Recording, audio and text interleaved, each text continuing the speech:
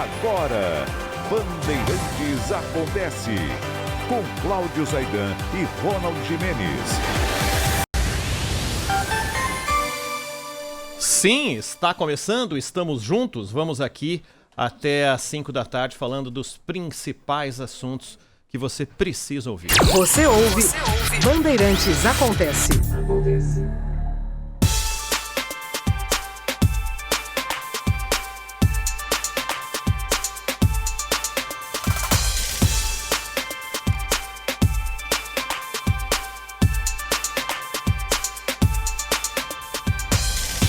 Olá, seja bem-vindo. Começa o Bandeirantes Acontece. A partir de hoje, sempre de segunda a sexta, das 3 da tarde até as 5 horas, nós vamos discutir e aprofundar a discussão sobre os principais assuntos do momento. Bandeirantes Acontece tem produção da Gabriele Guimarães, na nossa técnica, o Henrique Bolívar. O âncora deste programa é Cláudio Zaidan. Boa tarde, Zaidan. Olá, Ronald. Boa tarde para você, para o Bolívar, para a Gabriele, para os ouvintes da Bandeirantes. Sempre uma honra a gente estar aqui na Bandeirantes conversando sobre os principais assuntos do Brasil e do mundo. E a ideia, claro, desse horário é aprofundarmos um pouco mais em cada um dos temas, né, para que possamos entender melhor cada notícia no Brasil e no mundo. Tempos de tumulto, tempos estranhos, e por isso mesmo é preciso uma conversa que não fique na indigência intelectual, não fique nas ideias simplórias. Então vamos tentar sempre aprofundar cada vez mais os assuntos mais importantes, conversarmos, debatermos. Essa é sempre a ideia do jornalismo da Bandeirantes. Ronald, um ótimo trabalho e não preciso dizer, mas faço questão de, embora não seja necessário, que é uma honra muito grande fazer esse horário com você. Você é um grande amigo, um jornalista de primeira categoria e vai ser muito bom trabalharmos em conjunto, Ronald. Valeu, Zaidan. Vamos juntos. Vamos lá, direto para o primeiro tema de hoje. Saber, entender, compreender, conhecer, descobrir, ouvir. Bandeirantes Acontece. As luzes da Casa Branca, residência oficial do presidente dos Estados Unidos, foram apagadas neste domingo como medida de segurança durante a sexta-noite de uma série de protestos contra violência policial e racismo lá nos Estados Unidos. O presidente Donald Trump e a família dele foram levados na sexta-feira a um abrigo subterrâneo, geralmente usado durante ataques terroristas, de acordo com o jornal americano The New York Times. Além da capital, Washington, pelo menos 40 cidades americanas e outros lugares do mundo registraram violenta movimentação de pessoas que queriam se manifestar com essa situação. Além dos Estados Unidos, as manifestações foram vistas em outras partes da Europa, principalmente da Europa.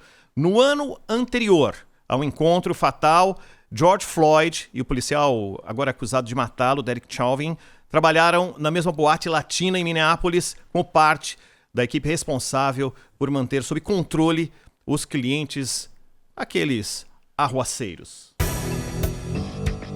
Cláudio Zaidan, o assunto mais falado desses últimos dias, Zaidan, as manifestações nos Estados Unidos decorrentes da morte de George Floyd. O fato de o serviço secreto ter levado o Trump para o abrigo subterrâneo é absolutamente natural, né? Isso aconteceu diversas vezes sem que tivesse virado notícia. Faz parte, claro, da segurança não de Donald Trump, mas do presidente dos Estados Unidos. É uma obrigação do serviço secreto garantir que não haja risco de morte ou de ferimento para o chefe de Estado dos Estados Unidos. Essa é uma obrigação institucional. Então não tem nada de estranho. Inclusive a Muriel Bowser, que é a prefeita de Washington, ela foi irresponsável em dois momentos. Primeiro, quando disse que Trump ficou escondido, sem querer contato com o povo. E segundo, quando ela disse que não era papel da polícia de Washington cuidar daquele incidente, ou seja, de pessoas que ameaçavam invadir a Casa Branca. É bom lembrar o seguinte, nos Estados Unidos, a polícia do dia a dia é da prefeitura, ela é municipal, né? Seja em Nova York, seja em Los Angeles e mesmo no Distrito Federal, no Distrito de Colômbia, Washington. Então, a Muriel Bowser, prefeita de Washington, é quem tem autoridade para vetar ou permitir que a polícia participe da segurança diante dos portões da Casa Branca. Pois bem, é bom lembrar que a Guarda Nacional, o nome já diz, ela é federal e pode ser acionada pelos governadores, como aconteceu na Califórnia, pode ser acionada até pelos prefeitos, como aconteceu em Los Angeles agora e já havia acontecido no passado.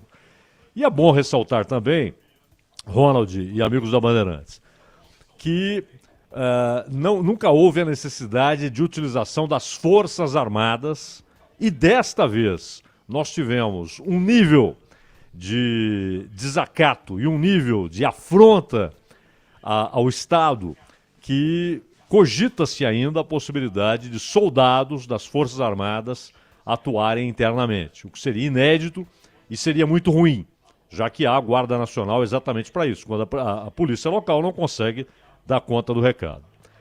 O racismo não é um problema recente nos Estados Unidos, longe disso, ele atravessa a história americana. E vale notar, Ronald, que muito antes da Guerra Civil, que foi de 1861 a 1865, no período do legendário Abraham Lincoln, muito antes, quando você pega aquelas colônias instaladas na Pensilvânia, Filadélfia, aliás, Nova Inglaterra, né? Na Pensilvânia, esse nome Pensilvânia vem exatamente em homenagem a William Penn, um daqueles cristãos que migraram do Reino Unido para aquela nova Canaã, assim chamada, que era a América, os Estados Unidos. E ali no norte, eles conseguiram simplesmente fazer com que não houvesse o menor resquício de possibilidade de estabelecer a escravidão como meio de produção. E no sul, não. No sul dos Estados Unidos, os escravos se tornaram peças fundamentais para a produção agrícola, principalmente na lavoura de algodão. Então, quando estoura a guerra, ela não é só por causa de escravocratas enfrentando aqueles que tentavam acabar com a escravidão. Ela tinha outras razões, inclusive a guerra econômica, o norte industrializado e o sul agrícola. Mas também a causa da escravidão foi mote fundamental para a Guerra Civil, que matou 5% da população dos Estados Unidos. Seria como se hoje uma guerra interna provocasse a morte de 15 milhões de cidadãos dos Estados Unidos. 15 milhões. Então, na época, 5% da população morreu direto ou indiretamente por conta da guerra. Também por fome, por doenças, etc. Então, esse problema atravessou o século XIX, entrou pelo século XX, se consolidou principalmente nos estados do sul dos Estados Unidos, uma cultura fortemente racista.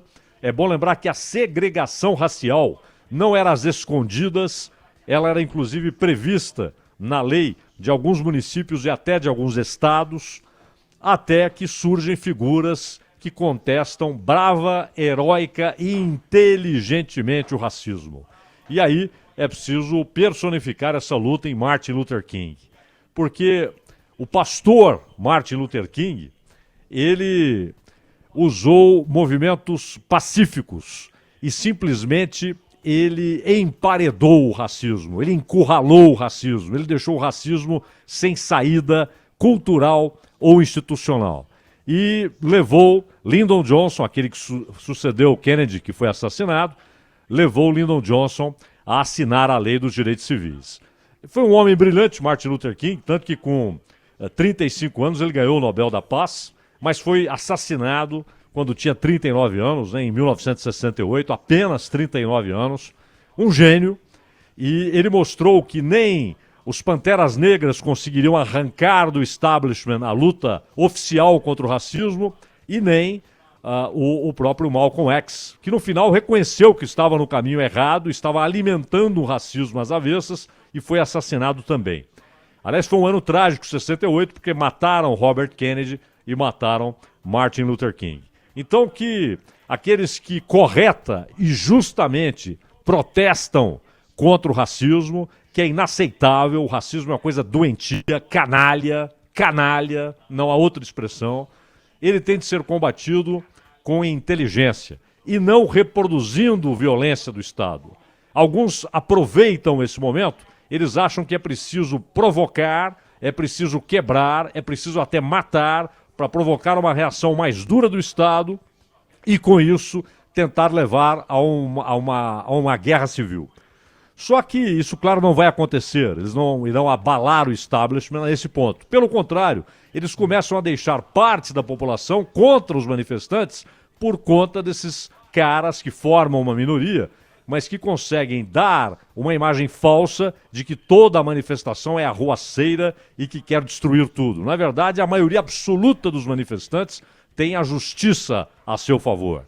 A luta contra o racismo é sempre justa, é sempre correta. Então não é possível que se dê espaço a esses caras que pretendem trazer o Estado para um confronto.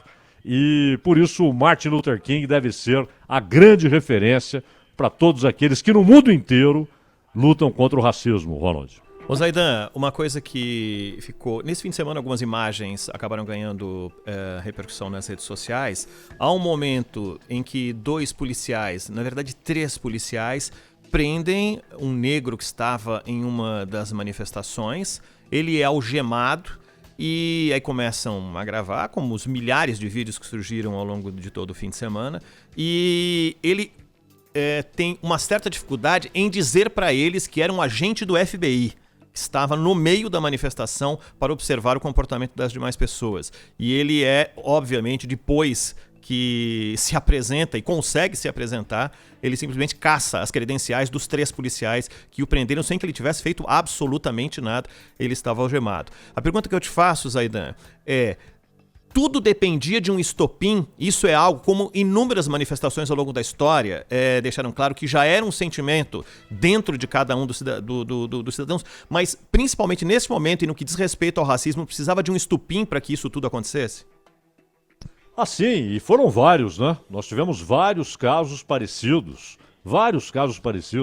porque aquele negócio, a polícia, ela naquela situação, ela é a representante do Estado, ela é a face do Estado. Ele estava sob custódia, ele não estava num tiroteio com a polícia e, portanto, legitimamente o policial poderia reagir e atirar de volta. Ele não estava tentando resistir à prisão naquele momento, se resistiu foi lá atrás, aí ele foi dominado. Ele estava sob controle e a partir do momento em que a polícia o domina, ele está sob custódia do Estado. Então o Estado o matou, covardemente. E não é que o sujeito não percebeu o que estava acontecendo, porque ele diz, estou sem ar, apesar me de deixem respirar. Apesar de alertado pelo outro colega policial que no mesmo momento, durante os 8 minutos, por algumas vezes disse que esse não seria o caso de tirar ele daquela condição, né, Zaidan? E deveria ter tirado o colega sobre o homem, não é? Então ali é o Estado, ele tem um cidadão sob custódia. Ele é culpado ou é inocente? A polícia, quando o tratou como suspeito, porque houve uma história de tentativa de pagar uma conta numa loja de conveniência com notas falsas, ele foi identificado como suspeito. Se ele é culpado ou inocente, isso seria depois, num julgamento. Isso é o que a lei diz. A polícia defende a lei e a ordem. E a lei e a ordem estão sujeitas ao que diz a Constituição. Aquele homem não poderia ser executado, porque ele não foi condenado à morte. Aquele homem deveria passar por um julgamento, ele deveria ser levado. Aliás, lá é tudo muito rápido. Leva para o juiz decide se é culpado ou se é inocente. É tudo muito rápido, né? O que não pode é, sob custódia, ele ser assassinado. Porque não foi num tiroteio. Não foi um policial defendendo a própria vida ou a vida de terceiros. E aí ele teria toda a razão em atirar. Não. Ele estava sob custódia, disse que estava sem fôlego, que não conseguia respirar, e mesmo assim, aquela execução, tanto que o policial foi preso, por enquanto, acusado de assassinato culposo e não doloso, foi levado para uma prisão de segurança máxima, até pela própria segurança dele, mas o fato é que o Estado matou aquele homem. Então, o George Floyd não foi morto num tiroteio, ele não foi morto desafiando o Estado, ele foi morto sob a custódia do Estado. E há mais um caso, não é? São vários. Você se lembra, em Los Angeles, quando houve uma explosão, a polícia local não conseguiu segurar e precisou chamar a Guarda Nacional, né? Que veio então com uma força militar capaz de deter aquelas manifestações. E exatamente a recorrência é que vai deixando esse sentimento latente de indignação, porque não é uma coisa que acontece eventualmente, é rotineiro. E rotineiramente termina em tragédia, termina em morte de um negro, Ronald. O que a gente pode esperar para os próximos dias, Aidan? Uma intensificação ainda maior das manifestações, principalmente tendo uma resposta mundial em outras praças, com as pessoas se posicionando, ou deve nos próximos dias, e principalmente o que se espera de algum tipo de pronunciamento do presidente Donald Trump, e quando ele vai falar sobre qualquer tema, há uma preocupação dos dois lados, se ele vai intensificar a manifestação das pessoas e a revolta do cidadão americano que quer justiça, ou se ele vai colocar alguma coisa em discussão que possa diminuir a intensidade dessas manifestações. Hoje o Trump chamou os governadores de fracos e cobrou deles que dominem os manifestantes. O grande problema é que aqueles caras que aproveitam essas situações, a indignação popular, a manifestação popular, aconteceu no Brasil, eles aproveitam a indignação popular e a saída das ruas e tentam então provocar uma situação caótica. O que eles querem é uma reação pesada do Estado. E imaginam que, em razão de uma reação pesada do Estado, isso pode levar a uma conflagração, ou seja, a uma guerra civil, né? O Estado contra o próprio povo. Isso é uma bobagem, né? Uma quimera tola, infantil e irresponsável. Mas é o que os caras tentam. Eles acham que irão quebrar o establishment, desafiando o establishment. O problema é que essa minoria ínfima, ela acaba muitas vezes mandando para a grande maioria da população, a tal maioria silenciosa, o recado de que o Estado precisa reagir. Ninguém quer conviver com o caos, ninguém quer conviver com uma situação de instabilidade, lojas quebradas, carros incendiados, jornalistas agredidos por esses manifestantes. Então chega um momento em que as pessoas começam a clamar pela reação do Estado. Então esses sujeitos acabam atrapalhando os manifestantes que levam a bandeira justa da luta contra o racismo. É fundamental enfrentar o racismo, porque é uma coisa canalha. A Segunda Guerra Mundial é uma prova disso, não é? O antissemitismo produziu o mais cretino, canalha e assassino regime dos tempos modernos, configurado, materializado no nazismo. E não foi só o nazismo, também Stalin usou o antissemitismo para perseguir seus inimigos políticos, inclusive Trotsky, que era judeu e foi perseguido com o Stalin usando o fato dele ser judeu para persegui-lo. Mas, na verdade, era uma disputa pelo poder depois da morte do Lenin. Então isso aconteceu em diversos estados. Na França, o famoso caso Dreyfus, não é? O antissemitismo, que, aliás, está revigorado na Europa. E a Europa tem o dever moral de reagir ao antissemitismo que cresce cada vez mais. Cresce, lamentavelmente, cada vez mais. Então são vários os tipos de racismo. A China, com os iugures, que são muçulmanos e que estão sendo levados para campos de concentração. Então há vários tipos de racismo, mas todos eles canalhas, não é? E é preciso combater e não permitir que meia dúzia, com uma outra ideia, com um outro ideal, com outro objetivo, atrapalhe tudo isso e dê razão a uma reação violenta do Estado. Então o Trump está pedindo que os governadores reajam com firmeza, com dureza. Esses caras que se infiltram na multidão indignada para provocar o Estado, eles vão acabar dando ao Estado o argumento para reagir fortemente, para reagir duramente. Mas a maioria absoluta dos manifestantes não está quebrando nada, não está atacando ninguém e está protestando com dignidade contra uma indignidade que é o racismo. Já já vamos falar das manifestações aqui no Brasil. Trânsito. Oferecimento Braspress, a sua transportadora de encomendas em todo o Brasil. Em São Paulo, ligue 2188-9000. E PicPay, baixe o PicPay para pagar e parcelar seus boletos em até 12 vezes. A Gabriela Guimarães tem informações. Boa tarde, Gabi. Boa tarde para você, Ronald, e para o Zaidan. Prazer estar com vocês aqui na estreia do Acontece. É nosso, agora são 3h20. Uma carreata tombou na rodovia Fernão Dias, na altura do quilômetro 69, no sentido Belo Horizonte. 2 faixas do lado esquerdo da via estão bloqueadas agora e a Polícia Rodoviária Federal já está atuando no local. A lentidão é de 1,5 km desde o quilômetro 71.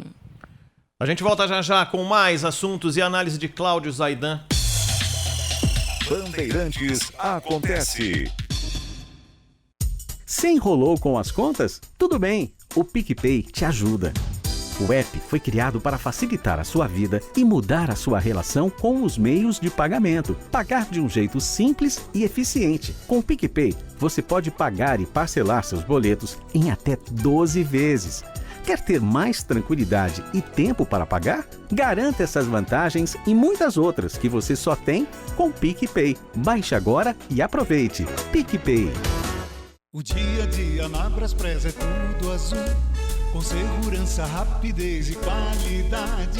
No Brasil de leste a oeste, norte a sul, tem sempre um caminhão azul Braspress na sua cidade. Tarifas na medida e pronto atendimento. Informações em real time, com precisão. E pela Aeropress, sua encomenda vai de avião. Braspress, a sua transportadora de encomendas em todo o Brasil. Braspress. A Rádio Bandeirantes está sempre inovando. Nova marca, novo visual, com os programas e apresentadores que você confia de verdade.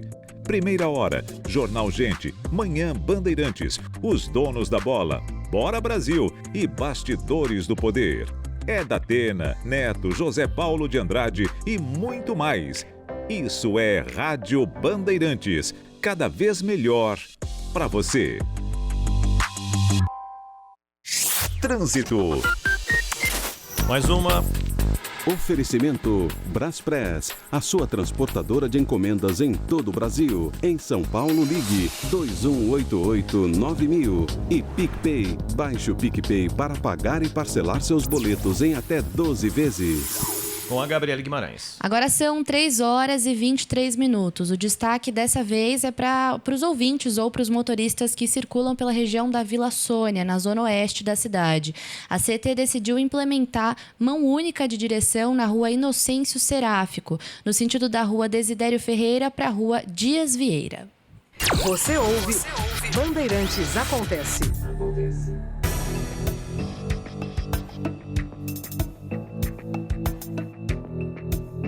13h24. De volta com o Bandeirantes Acontece com Cláudio Zaidan, as manifestações no Brasil.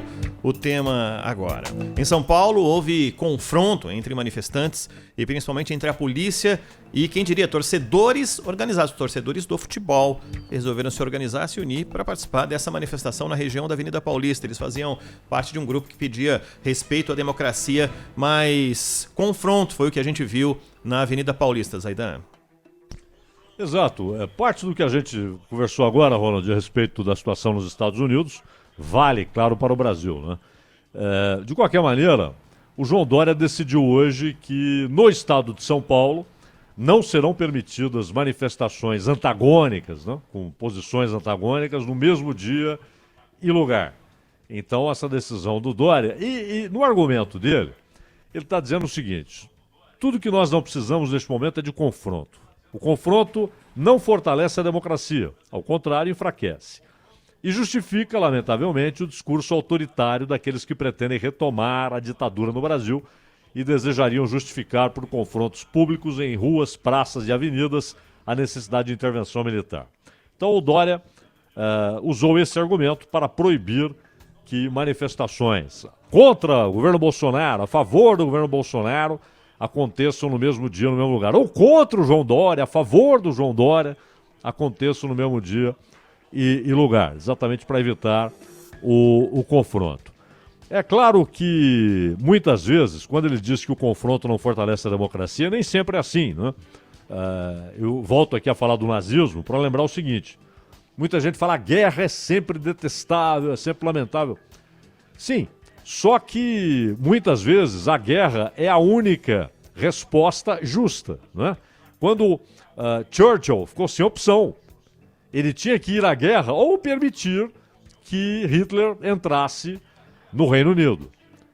Os Estados Unidos, em determinado momento, tinham a obrigação moral de ir lutar, que muitos chamavam, não, essa é uma guerra europeia, não devemos nos meter.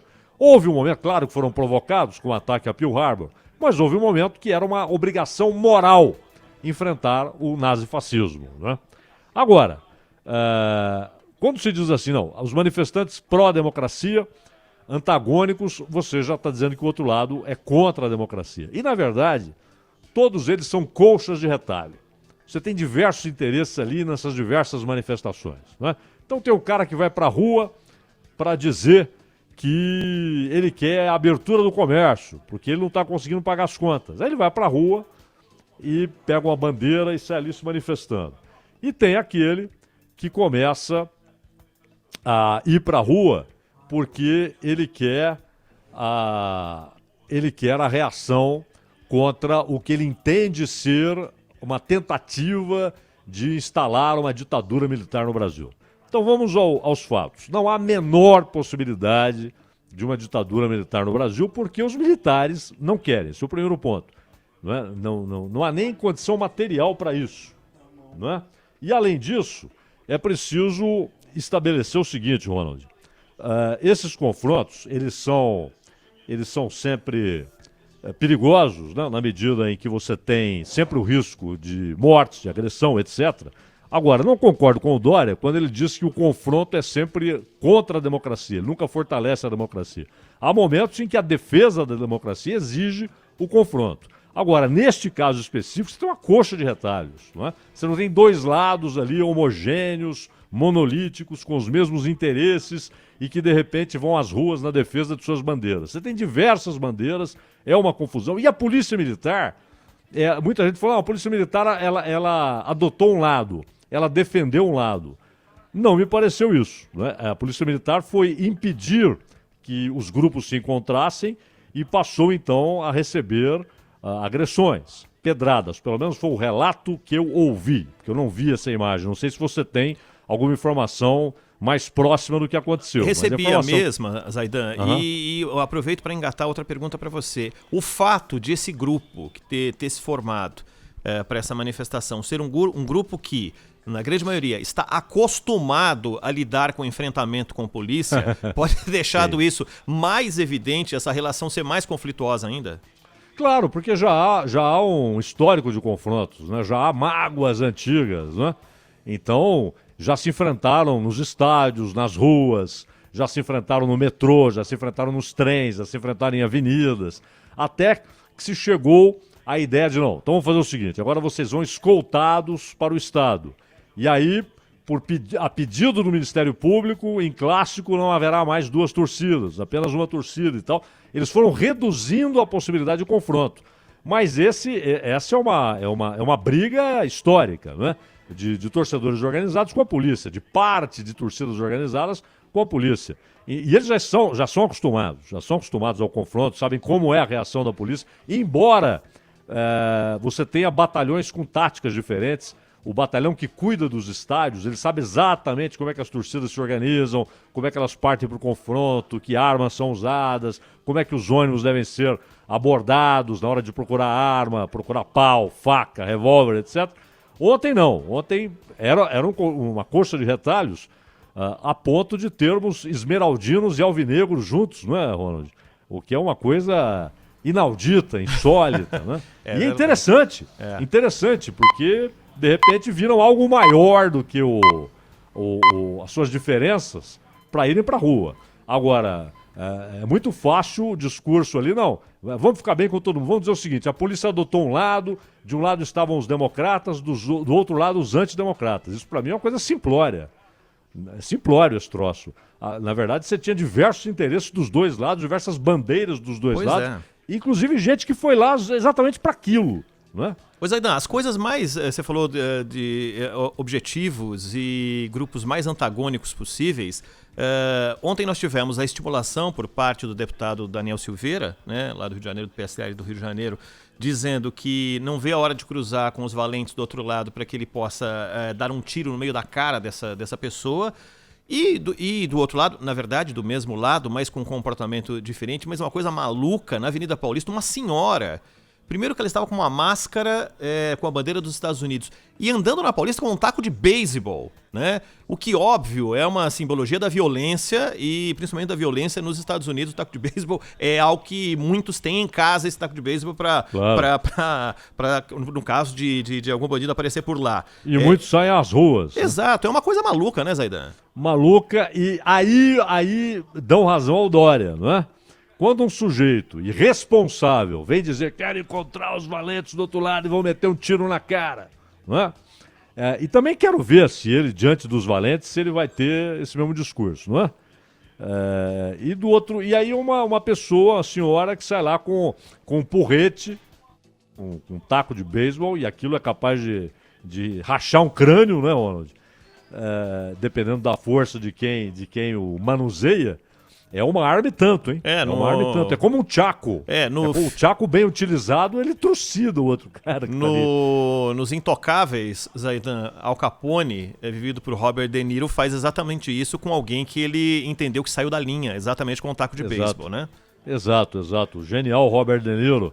Agora, aquele negócio, esses caras, esse discurso, aí o discurso do Dória faz sentido quando ele fala, olha, Ronald, é histórico. Toda vez que uma sociedade mergulha no caos, na medida em que aquilo se torna insuportável, as pessoas começam a pedir ordem. Isso é inevitável, você concorda? Claro. O caos leva as pessoas a pedirem ordem. E aí elas passam a nem dar bola se essa ordem virá de maneira institucional, dentro das leis estabelecidas, ou será uma ruptura, mas que haja ordem. Então é óbvio que esses comportamentos e esses discursos alimentam claramente a possibilidade de você, ainda que não se realize, porque eu disse há pouco, as Forças Armadas não têm o menor interesse em fazer o que fizeram em 64, em derrubar o governo, em assumir o poder e nele ficar. Não querem esse abacaxi. Né? E hoje há, inclusive, dificuldade logística. E outra coisa, aquilo se deu no âmbito da Guerra Fria. Na Guerra Fria, você tinha dois lados e aqueles que se denominavam não alinhados, como a Índia, como o Paquistão, e que na verdade eram alinhados. A Índia era alinhada à União Soviética, o Paquistão era alinhado aos Estados Unidos. Né? A Iugoslávia foi o único não alinhado de verdade. O único, não houve outro. E o Brasil, inclusive, chegou a fazer parte do movimento dos não alinhados. Mas ali não tinha. Você era de um lado ou era do outro. Ou você estava alinhado aos Estados Unidos ou alinhado à União Soviética. Repito, a única exceção de verdade foi a Iugoslávia. E, no entanto, quando você tinha um golpe militar, um dos lados olhava, esse novo governo será favorável ou contrário a mim? E aí ele se posicionava. Então você tinha apoio internacional de um lado ou de outro. Hoje não. Hoje não há a menor possibilidade de você ter apoio internacional para um golpe militar. Não há a menor possibilidade de você manter relações normais, econômicas, comerciais, políticas, por exemplo, com a Europa, com os Estados Unidos. Ah, mas o Trump vai no máximo até 2024, não é? Porque lá você vai ter a sucessão. Ele pode ser reeleito e ficar mais 4 anos, depois tchau. Então não há essa garantia. O Jimmy Carter, quando começou a reagir contra os regimes militares, ele foi inviabilizando os regimes militares. Foi inviabilizando. O único que sobreviveu, a única ditadura na América do Sul que sobreviveu mais tempo foi a do Chile, que ficou até 90. Não é? A do Brasil durou 21 anos, mas ela começa a perder força e apoio, começa a abrir quando o Jimmy Carter começa a combater o desrespeito aos direitos humanos. A da Argentina durou 7 anos, aliás, foi sangrenta.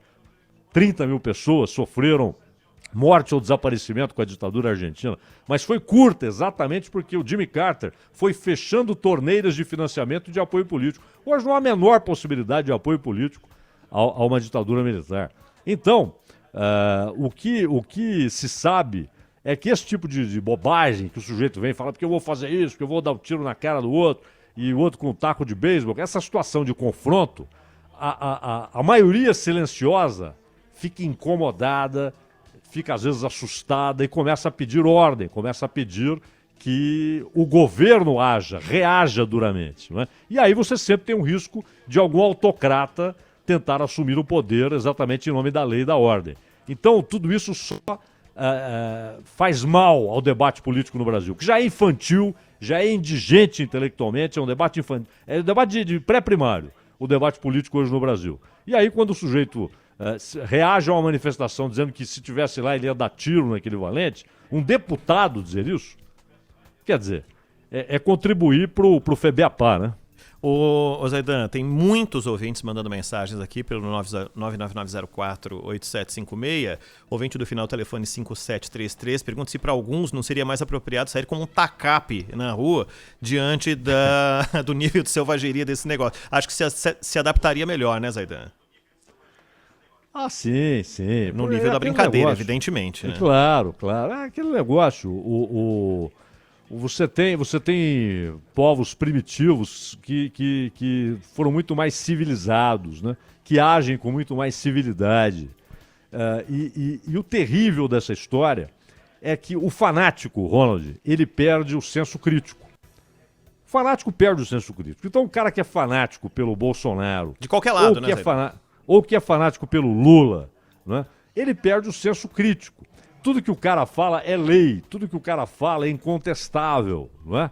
Ele perde a capacidade de dizer concordo com isso, discordo com aquilo. E quando o sujeito perde essa capacidade de concordar com uma coisa, discordar de outra, ele deixa de ser livre.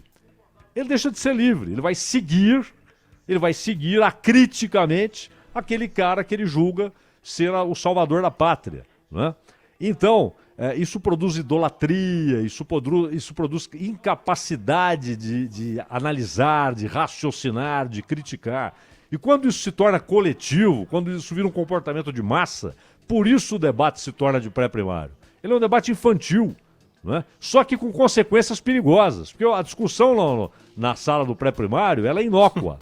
Não é? Agora, quando ela se torna uma discussão de uma sociedade inteira, e ela vira o modus operandi da discussão política, é muito perigosa, porque sempre tem o aproveitador, sempre tem o esperto que aproveita a indigência do debate para se colocar como salvador da pátria. É a presença do canalha. Ô Zaidan, Danilo do Brás está dizendo que a gente ensaiou umas 2 semanas para começar esse programa. Não é verdade, né?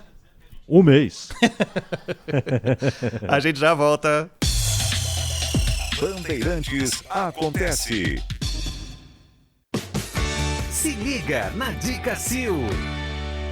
O vídeo fica travando ou a qualidade da imagem está ruim? O problema pode ser o sinal da sua rede Wi-Fi. Paredes e móveis podem causar interferência. A Dica Sil do dia é: dê preferência ao cabo e evite a perda de sinal. Os cabos Sil LAN são feitos com a qualidade que faz a Sil líder em fios e cabos. Fios e cabos elétricos Sil, conectada com o futuro. Sempre se reinventando, evoluindo para transportar melhor. Produtos farmacêuticos, e-commerce, rodopluvial, internacional. E pela Aeropress, Vai de avião. Braspress, a sua transportadora de encomendas em todo o Brasil e Mercosul. Riscou, ralou, amassou seu carro? Disque Reparo. Se você precisar sair de casa, evite riscos. Dicas Disque Reparo. Use sempre máscara. Respeite a distância de 1,5 m ao transitar. Na falta do álcool gel, leve sabão líquido com você. Lave sempre as mãos e narinas. Não dê as mãos. Cumprimente sem abraços. Hoje, sinal de respeito. Com esses cuidados, venceremos. Evite riscos em seu carro e em sua vida. Disque Reparo. E nós vamos até você. Cliente Porto Seguro Alto tem benefícios. Ouvido na Bandeirantes. 1947.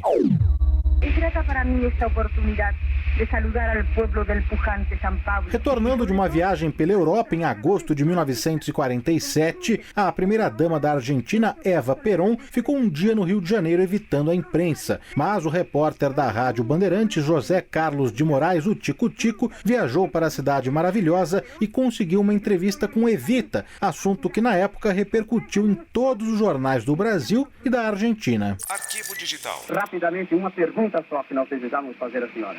Qual a mulher mais interessante que conheceu na Europa? A espanhola, a francesa, a italiana ou a inglesa? Todas. Foi essa palavra de Eva Perón para os trabalhadores de São Paulo. Você ouviu na Bandeirantes. Trânsito. Oferecimento Braspress, a sua transportadora de encomendas em todo o Brasil. Em São Paulo, ligue 2188-9000. E PicPay, baixe o PicPay para pagar e parcelar seus boletos em até 12 vezes. Gabi. Agora são 3 horas e 41 minutos. Anchieta com tráfego lento, sentido litoral, do quilômetro 39 até o quilômetro 40, 1 quilômetro de congestionamento. E essa lentidão, de acordo com a Ecovias, se deve ao excesso de veículos pesados em direção ao porto. Bandeirantes acontece. Acontece. Aqui, a análise das notícias mais importantes do dia. De volta com o Bandeirantes Acontece, faltando agora 18 minutos para as 4 horas. Zaidan, o presidente Jair Bolsonaro nomeou o chefe de gabinete do senador Ciro Nogueira, do PP, do Piauí, Marcelo Lopes da Ponte, para a presidência do Fundo Nacional de Desenvolvimento da Educação, FNDE. Tem uma enorme quantidade de dinheiro à disposição. A nomeação, publicada no Diário Oficial da União desta segunda-feira, foi assinada pelo ministro da Casa Civil, Braga Neto. Foi publicada a exoneração da antiga presidente do FNDE, Carine Silva dos Santos. E essa aproximação com o Centrão agora de maneira, parece, definitiva, né, Zaidan? E também o Banco do Nordeste, o BNB, vai para o indicado pelo Partido Liberal, né? Sigla Exato. Liderada pelo Valdemar Costa Neto, que foi deputado, foi condenado no Mensalão. Então sai o Romildo Rolim e entra Alexandre Borges Cabral, que presidiu a Casa da Moeda entre julho de 16 e junho de 19, por indicação de outra legenda do bloco, o PTB. Então hoje deve ter o anúncio aí, não sei se já houve, né? E é um movimento, claro, é aquele negócio. Não há dúvida que a relação entre o executivo, que é dono da caneta, dono do talão de cheques e comanda ministérios e estatais, diz quem vai e quem não vai, esse pessoal passou a ter uma relação promíscua com empresas e com partidos políticos, né? Então criaram feudos. Houve um momento, por exemplo, que Furnas era feudo de um partido, né? A Eletronorte, feudo de um partido.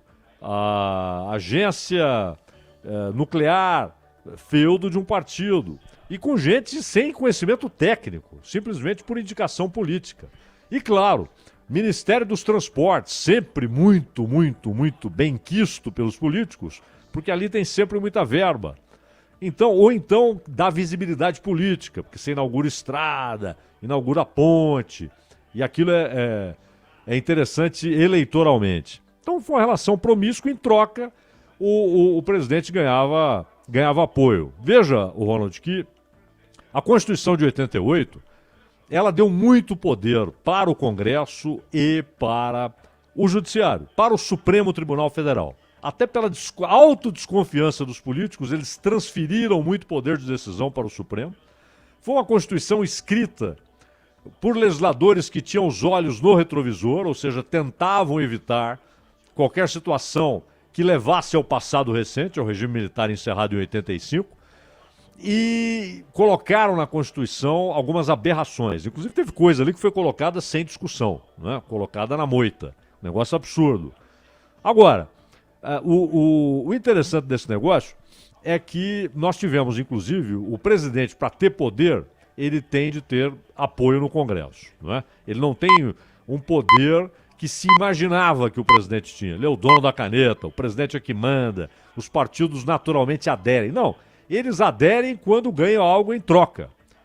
E esse algo em troca é cargo ou então esquemas de corrupção, como vimos no Mensalão, como vimos no Petrolão. O Mensalão, na verdade, ele é mais do que corrupção. O Mensalão, na verdade, era a compra do voto do representante do povo. Isso é muito grave. Ele não era apenas um esquema de corrupção, para o nego ganhar dinheiro. O governo comprava votos dos representantes do povo no parlamento, ou representantes do Estado, no caso dos senadores. É muito grave. E você vê a distribuição o tempo todo. No governo Collor, no governo Sarney, nem se fala, governo Fernando Henrique, governo Lula, governo Dilma. Agora, quando o Bolsonaro falou na ideia tecnocrata, né, de colocar gente que não vinha dos partidos, aliás, essa é uma ilusão do positivismo, né, do tecnicismo, apostar em tecnocratas, afastar os políticos. Isso não funciona, porque o político ele traz o voto, ele traz a representação popular. Então, chegou a hora em que a realidade começou a cobrar uma relação mais amistosa. Nós continuaremos sonhando, Ronald, que essa relação entre executivo e legislativo, que ela se dê nos termos mais legítimos, nas condições mais legítimas, legais e limpas e honestas. Mas ela continua sendo o toma lá da cá, que é o mote da política brasileira. Ela continua sendo apoio se tiver um cargo naquela estatal, se tiver um cargo, um representante do meu partido naquele ministério. Isso é terrível, porque é o seguinte, chega um projeto, Ronald, você é um deputado, chega um projeto, eu sou seu eleitor, eu votei no Ronald. O que eu espero de você? Que você olhe aquele projeto e vote conforme as suas ideias, que eu já conheço, por isso votei em você. Agora, se você fala assim, se o governo me der isso, eu aprovo. Se o governo não me der isso, eu rejeito. Você não está votando de acordo com o que você pensa e acredita. Você está votando por cargo, por poder, por dinheiro, por viabilidade eleitoral, por visibilidade diante dos eleitores. Isso é muito sério, isso fere a democracia, isso arrebenta com o Estado de Direito. Não é? Aquilo que o Montesquieu idealizou, a divisão dos poderes, harmônicos, porém independentes, isso é rasgado por essa relação promíscua. Nós temos de continuar buscando um caminho. Agora, não dá para jogar o parlamento para escanteio. Não, eu vou governar ignorando o parlamento. Isso nunca dá certo. Ô Zaidan, mas será que, digamos que não houvesse o governo entende que há um levante no STF contra o governo, né? Está muito claro pelo discurso, pelos posicionamentos e como eles externam exatamente o que pensam acerca das atitudes dos ministros do STF. Se não houvesse esse momento de embate entre Supremo e o governo, seria retardada essa aproximação e só se daria no momento em que o governo percebesse que era realmente inevitável essa aproximação para tocar os projetos adiante? Eu acho que foi também, Ronald, uma maneira de tirar um pouco de poder do Rodrigo Maia. Porque, convenhamos, há 2 meses...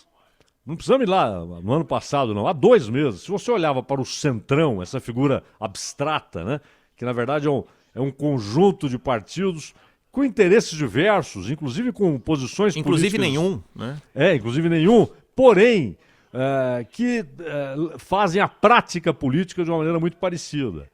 Claramente havia um centro de poder estabelecido desde o ano passado, que era o Rodrigo Maia. Né? Rodrigo Maia conseguiu trazer o Centrão, até pelas diferenças que há entre um partido e outro dentro do chamado Centrão, ele conseguiu ser o aglutinador e ao mesmo tempo o catalisador, aquele cara capaz de levar aqueles partidos numa ou outra direção. Ao trazer uma parte, não a totalidade, mas uma parte do Centrão para o seu lado, o Bolsonaro tira parte, não totalmente, mas parte do poder do Rodrigo Maia. Né? E não tem a menor dúvida que grande parte desses partidos estará com o pé em cada canoa. Não é? E aí eles veem aquela que é mais estável.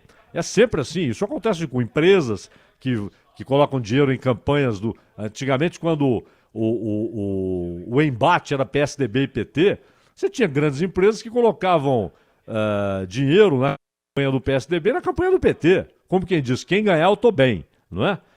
E os partidos fazem isso. Muitas vezes eles apoiam aqui e apoiam acolá. Mas claramente foi um movimento para diminuir o poder do Rodrigo Maia dentro do Centrão, né? Claramente, ou garantir uma base maior para a aprovação daquilo que o governo quer, isso é óbvio, isso é até normal, essa é a ideia da tal coalizão, e ao mesmo tempo diminuir o risco de um impeachment, não é?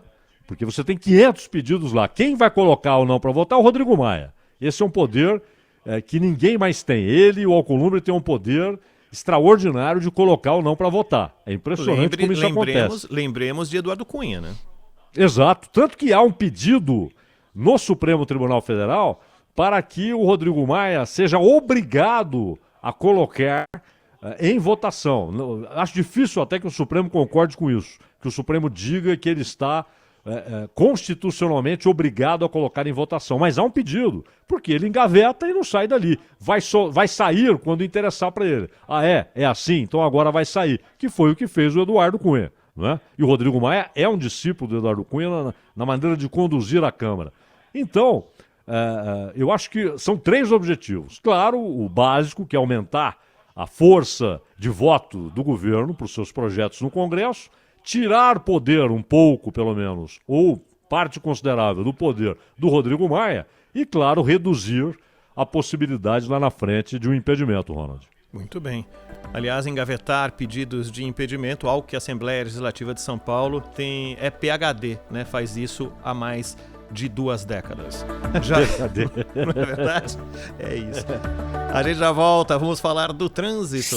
Trânsito. E aí, Gabriela Guimarães?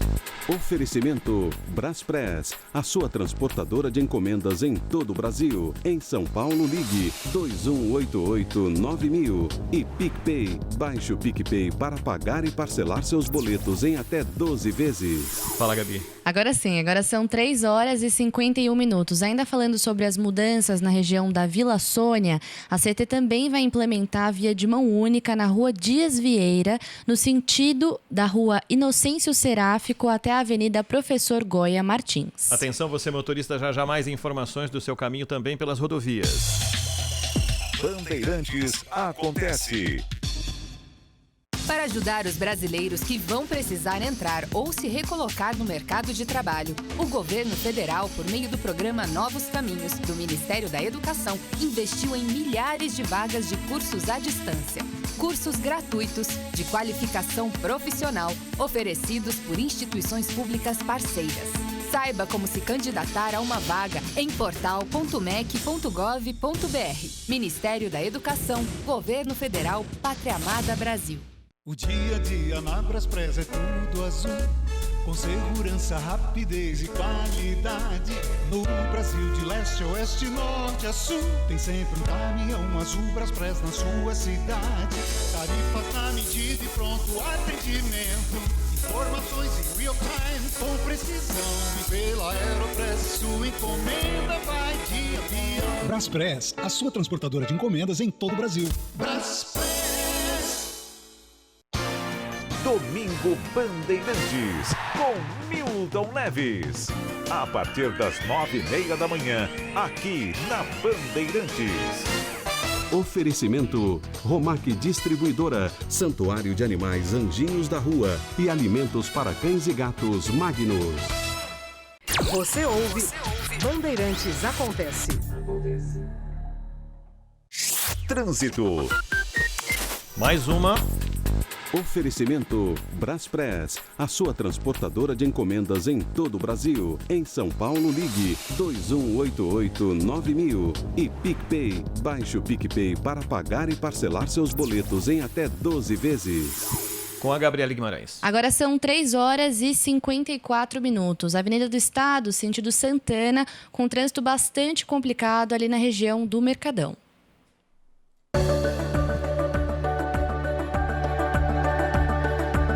(13h54). O número de mortes por coronavírus nos bairros do extremo sul de São Paulo aumentou 3 vezes em um mês. No fim de abril, os 13 distritos registravam 343 óbitos confirmados e suspeitos por Covid-19. De acordo com o mais recente balanço da Prefeitura, os mesmos bairros já contabilizavam 1.272 mortes. O ritmo está mais acelerado comparado ao da cidade como um todo. Enquanto na capital o crescimento foi de 182%, nos distritos do extremo sul, 270% em óbitos por coronavírus. A Covid-19 vai avançando pelas regiões mais pobres de São Paulo, Zaidan. Eu estava me lembrando aqui, Ronald, daquela música dos Racionais, do Mano Brown, Fim de Semana no Parque, que vai traçando a diferença de grande parte da periferia, e o Mano Brown é da região sul, né, da zona sul de São Paulo, em relação ao centro riquíssimo de São Paulo, né?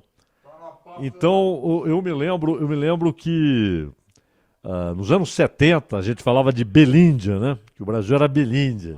Tinha um pouco de Bélgica, da riqueza belga e da miséria que atingia grande parte da Índia. Hoje a Índia está, apesar de 1 trilhão e 300 bilhões, 1 bilhão e 300 milhões de habitantes, apesar dessa quantidade enorme de gente, 1 bilhão e 300 milhões, a Índia conseguiu alguma evolução, mas é um país muito pobre.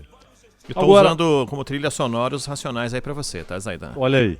Então, o interessante, Ronald, é que muitas vezes as pessoas falam como se todo mundo estivesse nos Jardins, ou em Ipanema, ou no Leblon, ou na Savassi, né? Ou no bairro nobre de Porto Alegre, do Recife, com o telefone à mão, com 500 canais ali à disposição no televisor, com 3 computadores. Então liga, pede uma pizza e vamos levando a quarentena. E na verdade você tem na periferia de São Paulo, nos morros do Rio. Veja que recentemente o pessoal do Complexo do Alemão não tinha água. Não tinha água. Pela incompetência do governo do Rio de Janeiro, eles não tinham água. E aí aparece o sujeito na televisão e fala, lavem as mãos. E o cara deve falar, mas meu amigo, eu não tenho água para beber. Eu não tenho água para cozinhar. Como é que eu vou ter essa preocupação? Eu não consigo atender essas exigências. Fiquem em casa, isolem-se. Mas muitas vezes você está falando de um país em que 100 milhões de pessoas não têm saneamento básico, não tem rede de esgoto. E aí você tem em boa parte da periferia de São Paulo, pequenas casas com 10 pessoas, com 15 pessoas. Quer dizer, ficar lá dentro é inviável o tempo todo. Precisam sair mais, sem a sobrevivência garantida. O cara muitas vezes para jantar ele tem de vender, para levar comida para a família, ele tem de vender bala na esquina, ele tem de vender laranja, ele tem de vender limão na praia, ele tem de vender alguma coisa, ele depende do dia a dia, cada dia ele sai para buscar a sobrevivência, não é? E no entanto, muitas vezes o Estado fala como se fosse uma população de todo mundo morando bem, com espaço, com a geladeira cheia.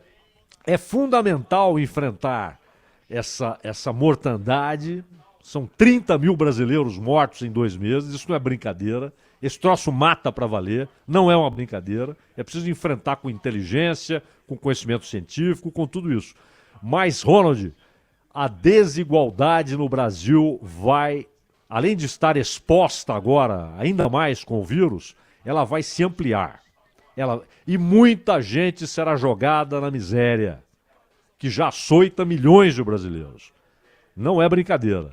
Então, o Estado é o grande responsável pelo fato de que grande parte da população não tem esgoto, não tem saneamento básico. Não é? As escolas estão com... Você vai ter um aumento da desigualdade na educação, porque muitas crianças não têm computador, não tem como ter aula por computador, e outras estão tendo. Ótimo para elas que todas tenham. Como se iguala esse jogo, né, Zaidan?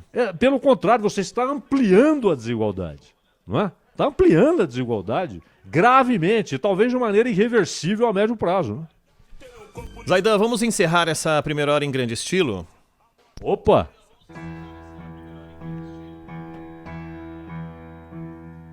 Non, rien de rien. Non, je ne regrette rien, ni le bien.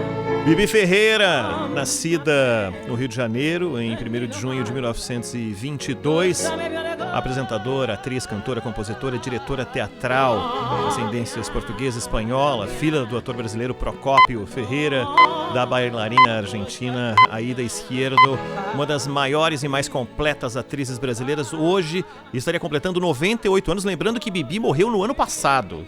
Bibi viveu intensamente, longamente e de uma maneira absolutamente competente a vida artística que ela ofereceu para o Brasil e para o mundo, né, Zaidan? Genial e que acabou construindo também uma identidade com uma das vozes do século XX, Edith Piaf. Né? Isso, e muitos consideram, até na própria França, a Bibi Ferreira uma das principais intérpretes de Edith Piaf. A gente encerra a primeira hora do Bandeirantes Acontece e já tem muito mais para você. Tem a participação do Milton Neves, tem entrevista, tem muito mais informação e a análise de Cláudio Zaidan. Bandeirantes Acontece. Pra se manter conectado, pode contar com a gente.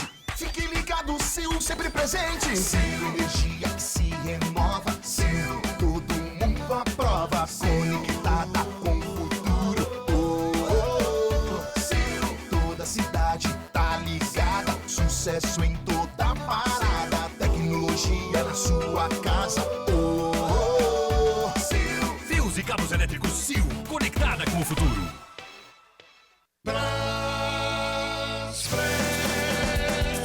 Sempre se reinventando, evoluindo para transportar melhor.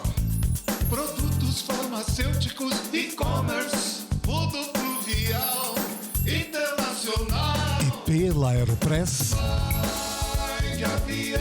Braspress, a sua transportadora de encomendas em todo o Brasil e Mercosul.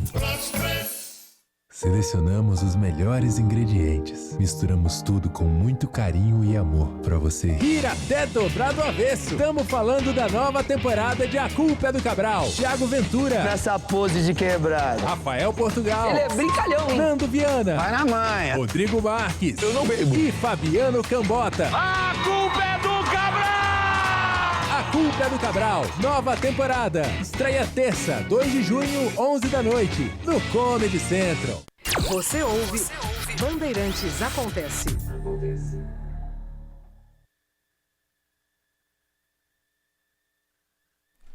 Puxa vida, mas me deixaram falhar justamente o momento solene aqui. Não podia ter acontecido isso, principalmente com ele, né? Com o Milton Neves. Mas isso aí uma hora a gente corrige. Tudo bem, Milton? Boa tarde pra você. Cadê o Milton? Não tá aqui o Milton. Na 1? Não tá o Milton na 1. É? A gente retoma o contato com o Milton. Ô Milton Neves, para de dar trabalho. O Zaidan bem que disse, né, Zaidan? O Milton vai dar um gato. Ou ele vai falar que tá no dentista, ou ele vai dar algum trabalho. Ele não pode chegar normalmente, como todo mundo. Realmente não aconteceu. Mas a gente retoma o contato com o Milton aqui, não tem problema não. Vamos lá? Na 1 de novo? Não tá não, Gabi. Estamos com um bug do milênio aí. Tá na 1 ou na 2? Na 1 mesmo? Não tá rolando. A gente retoma o contato. Retoma já o contato com o Milton Neves. Ô Zaidan, nessa segunda hora, a gente não vai entrar diretamente no tema ainda, mas tem muita coisa importante pra gente falar. Tem a tal da flexibilização aqui em São Paulo, assunto importante porque nós falamos há pouco a respeito das periferias e de que maneira as periferias estão sendo obrigadas a ver um número crescer, né? E principalmente isso acontece paralelamente com o momento em que isso é aberto, né? É aberto para que na verdade é um incentivo do Estado para que as pessoas façam uso das ruas ou voltem ao trabalho e tudo mais, né, Zé? Isso tende a ser uma equação com uma solução difícil da gente chegar, né? Muito difícil, muito difícil. E na verdade, ninguém sabe exatamente, as pessoas estão tateando, né? Então, você tem uma situação de muitas dúvidas, há pouquíssimas certezas de quais os caminhos adequados, e os governantes muitas vezes se sentem, ao mesmo tempo, pressionados, claro, pela tragédia das mortes, né? Milhares por dia já, e ao mesmo tempo pela pressão econômica. Né? Tem gente quebrando, tem gente falindo, tem muita gente perdendo emprego. Estamos falando de milhões perdendo emprego. Outro dia, Ronald, conversava aqui com o presidente da Associação de Bares e Restaurantes no Brasil inteiro. Uma das áreas mais afetadas, né, Zaidan? Pô, cerca de 1 milhão de estabelecimentos, cerca de 6 milhões de trabalhadores, sendo que 3 milhões, a metade, portanto, com carteira assinada. Desses 3 milhões, 1 milhão já foram demitidos. Então não é brincadeira. E, claro, o governante fica ali pressionado. Eu estou vendo, o Brasil está lidando muito mal com essa situação toda. Veja que em Minas Gerais, a Assembleia Legislativa, sabe o que os caras aprovaram, Ronald? Eles colocaram o seguinte, que o governador não tem direito de tirar 1 centavo do dinheiro que normalmente é destinado para o judiciário e legislativo. Como quem diz, não temos nada com isso, queremos o nosso, né? E aí o Zema falou, ele foi falar pro povo, falou, eu não tenho dinheiro, cara. A lei me obriga a pagar os funcionários e me obriga a destinar a quantia reservada para o judiciário e legislativo, claro, óbvio. Só que a lei ela não me diz agora onde é que eu vou arrumar esse dinheiro. Porque Minas conseguiu pagar o salário de aposentados e dos servidores, primeiro com uma disputa judicial lá no Paraná, que o Estado de Minas ganhou. E depois com 1 bilhão que a Justiça determinou que estava da Vale, que a Vale tinha de pagar para o governo de Minas, e ela estava conseguindo retardar o pagamento na Justiça, até que a Justiça determinou o pagamento. Com esse 1 bilhão, eles conseguiram pagar 2 meses. E agora? Não é? E aí, o que a Assembleia tem a dizer? Peraí, onde é que nós vamos cortar? O que nós vamos suspender de gasto e de custo, pelo menos até esse troço estar resolvido? Não, os caras aprovam uma determinação dizendo o seguinte, que prevê crime de responsabilidade se o governo atrasar o repasse de verba para a Assembleia e Judiciário e ainda para a Defensoria Pública e Ministério Público. É claro que o governo tem de entregar dinheiro para essas instituições. Agora, eles fazerem de conta que não é com eles, que eles vão... Como disse aqui o Marco Aurélio para o Zé Paulo de Andrade. Pô, eu estava pensando exatamente nisso. Na hora que ele foi indagado sobre isso, ele te falou, veja bem, né? A gente não recebe também reajuste há não sei quanto tempo, né? Não, ele ficou indignado. Não, o Supremo não tem nada o que contribuir, não. Nossa contribuição é julgar de acordo com a Constituição. Não, essa é obrigação, não é? Obrigação permanente, julgar de acordo com a Constituição. Para isso existe o Supremo. Agora, dizer que não dá para cortar um custo, que não dá para suspender a compra de lagosta... Aí não, aí fica difícil. Essa equação da penúltima e desta notícia nós vamos perceber nos últimos dias. É estranho que São Paulo tenha vivido, Zaidan, em apenas 10 dias, o prefeito Bruno Covas ter aparecido diante das câmeras, suspendendo aquele rodízio par e ímpar e quase que implorando pela implantação do lockdown num domingo à noite. E 8 dias depois, a cidade já está vivendo uma fase... Só lembrando que nós não alcançamos o pico da pandemia. Aliás, na sexta-feira nunca se morreu tanta gente na pandemia como na última sexta-feira, com mais de 1.100 pessoas mortas.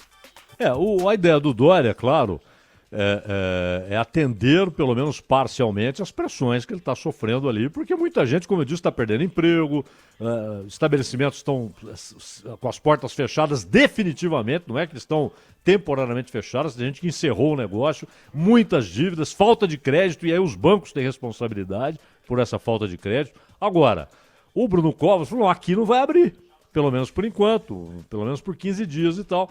Agora, então é um bate-cabeça. E é interessante, Ronald, que você viaja pelo país, às vezes cidades vizinhas. Em uma, o prefeito flexibilizou consideravelmente. Na outra, está tudo fechado. Só que as pessoas circulam, elas saem de uma cidade em direção à outra. Você não tem controle disso, né? Então fica cada um tomando sua decisão, como se cada um deles fosse um czar, né? E não é assim. É preciso alguma harmonia nas decisões. Então, no caso do estado de São Paulo, são 5 estágios, né? Na verdade, ninguém chegou ao 4º, que dirá o 5º, porém já há regiões no 3º estágio, o caso de São Carlos, se não me engano, o Presidente Prudente. A Baixada estava no 1º estágio, parece que avançou para o 2º estágio e tal, mas é um pouco assim, me parece na hora inadequada. O que deveriam ter feito antes estão fazendo agora, o que deveriam fazer agora fizeram antes.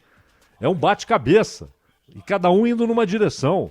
E o resultado, todo dia no fim da tarde, vem aquele número trágico escancarando o erro de muitas das decisões tomadas, né?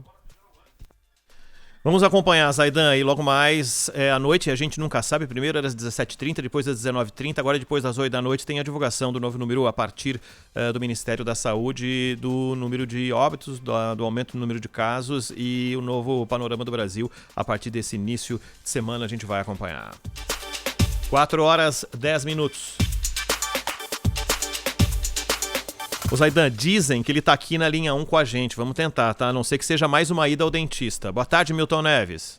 Mas que dificuldade, hein? É você, Oitava né? ligação, hein? É Pelo você. amor de Deus. Aí, Zaidan. O Zaidan, sabe o que é? Boa tarde, meus amigos da Bandeirantes. Não haverá esse tipo de problema. Parabéns pela nossa nova grade da Rádio Bandeirantes, negócio maravilhoso. Aí, uma frase que eu pensei muito quando eu soube que Ronald Jimenez Mendo e Cláudio Scaff Zaidan iam trabalhar juntos. Aí foi a juntada de fome e a vontade de comer. Porque são dois grandes profissionais que essa frase minha é brilhante, entendeu? Aí vocês dois estão juntando a fome e a vontade de comer. Mas falando sério, eu quero cumprimentar a vocês dois, a toda a família Bandeirantes. Nossa grade está redonda, está forte, está maravilhosa. Eu já entrei hoje de manhã com o nosso glorioso Zé Paulo de Andrade, o canhão do rádio. E queria que você, Zaidan, desse uma pesquisada, e você também, Mendo, você que sabe tudo em relação de internet. Eu publiquei um vídeo lá de Israel, de Tel Aviv e de Jerusalém, a capital mundial da religião, entendeu? Que os judeus chamam de Yerushalayim, a indivisível, enquanto que os árabes chamam de Al-Quds, a santa. Então, o que vocês estão falando aí, é claro, do coronavírus? Israel, é claro que eu não vou comparar aquela tripinha, entre aspas, lá no Oriente Médio com um país, continente como o nosso, né? Mas Israel, porque o judeu é milagroso mesmo, eles já fizeram muitos milagres através da história. Eles zeraram o Covid-19, zeraram. E eles publicaram, e está no meu tweet, e está tendo muita recepção, porque o pessoal fica emocionado, porque nós precisamos disso, né? Precisa aparecer realmente uma vacina, uma cura. Lá em Israel já apareceu, eles deram um jeito. Então os enfermeiros, médicos, atendentes médicos, todo mundo dançando e cantando em hebraico, que o nosso querido Cláudio Zaidan domina também. Entendeu? Então gostaria que vocês pesquisassem, porque ficou muito emocionante. Ficou muito emocionante. É claro que não estou comparando um país pequeno, conflagrado eternamente ali naquele pedaço, cercado por árabes de todos os lados, entendeu? Em relação ao Brasil, em que a situação realmente está muito complicada. Tô certo? O senhor concorda ou o senhor desconcorda, hein, Cláudio Zaidan? Eu concordo inteiramente, e até falando nessa história de tamanho, né? Então, os estaduais, alguns estaduais eu acho que eles vão conseguir retomar, porque um estado está numa situação muito diferente da do outro estado, está tudo bem. O Campeonato Brasileiro é complicado, que aí um time tem de viajar de Porto Alegre para Recife, de Goiás para Curitiba, é outra história. Agora, a Conmebol está falando em retomar. Imagine, então, você no subcontinente da América do Sul, cada país tem uma situação. Eu acho muito difícil retomarem a Libertadores como quer a Conmebol, viu, Milton? Eu concordo com o senhor, Zaidan. Eu sempre concordo com você.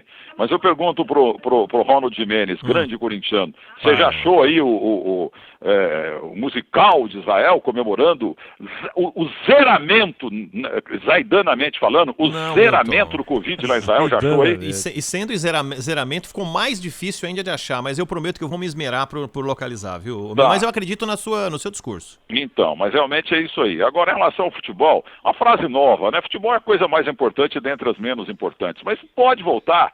É o seguinte, ó, não tem público, é claro, não tem vendedor de pipoca, nem de sorvete, de nada, nem de pirulito. Agora, lá dentro do campo, o departamento médico dos dois times anexam lá na súmula o atestado de que todos os jogadores não têm Covid. Entendeu? E esse negócio de não abraçar, se eles não têm nada, não transferem, porque eles são fisicamente perfeitos também, esses jogadores, então ele não pode abraçar, não pode cumprimentar, não pode nem sorrir depois de um gol. Pode voltar assim, numa boa, tranquilo, sem público. O Vasco teve 16 atletas no total com a infecção. Como é que faz para segurar? Esse cara vai para casa depois. Não, mas eu estou falando para que os jogadores que anexam, o departamento médico coloca na súmula lá que nenhum jogador, nem no banco, nem comissão técnica, ninguém tem Covid. E o mesmo se aplica, claro, ao adversário. Entendeu isso? Agora, para completar, saudando o casamento, entre aspas, profissional de vocês aí, eu quero demonstrar toda a minha decepção em relação a Cláudio Scaff Zaidan. Por quê? Porque eu coloquei também no meu tweet, do Twitter, né, com 2.100.000 seguidores, um vídeo em que Valdir Pereira, o Didi, bate uma falta de folha seca de canhota. De canhota. 2 vezes. Eu fiz Entendeu? um comentário lá sobre isso também. E Cláudio Zaidan sempre, peremptoriamente, dizia que ele só chutava de pé direito. Entendeu? É uma categoria impressionante do Valdir Pereira, o Didi, que eu vi só uma vez na vida, em um super técnico épico, lá em Botafogo, na sede da Band do Rio de Janeiro, quando Foi ele o chegou maior meio-campista da história. Então, e ele chegou com muletas e com amigos dele, quer dizer, familiares e tal. Uma educação, Zaidan.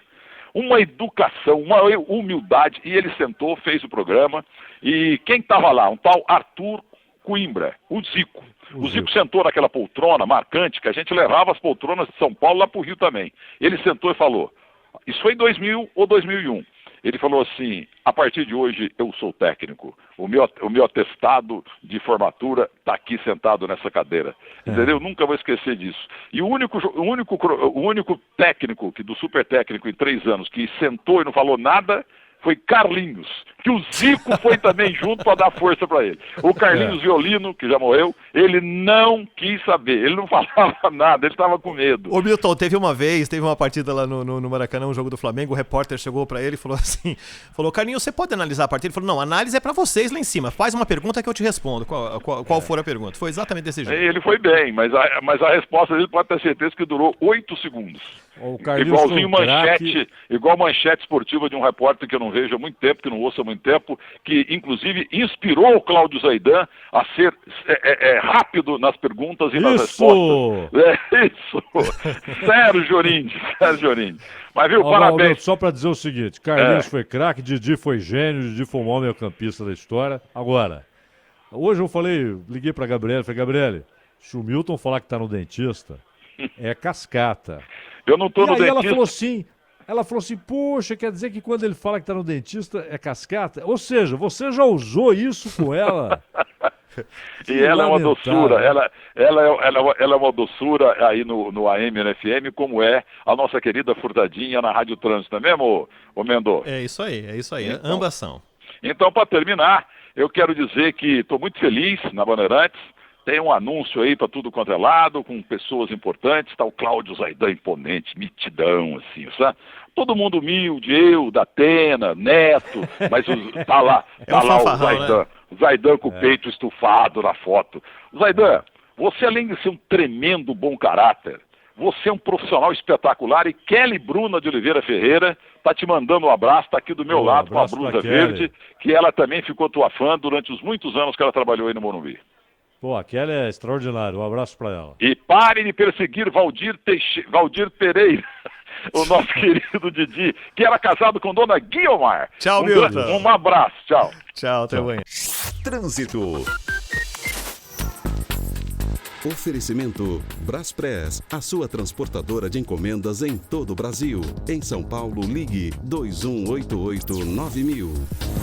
De uma forma geral, as rodovias vão muito bem. Peço atenção do motorista com a Mogi não, que é Mogi? A Fernão Dias, antes de Mairiporã. Tem um pedaço de pelo menos 6 quilômetros de lentidão. 5 quilômetros de lentidão, um pouco antes da entrada ali de Juqueri. O motorista perde tempo pela Fernão Dias, um acidente para quem está se aproximando da região ali de Mairiporã. Já tem entrevista aqui.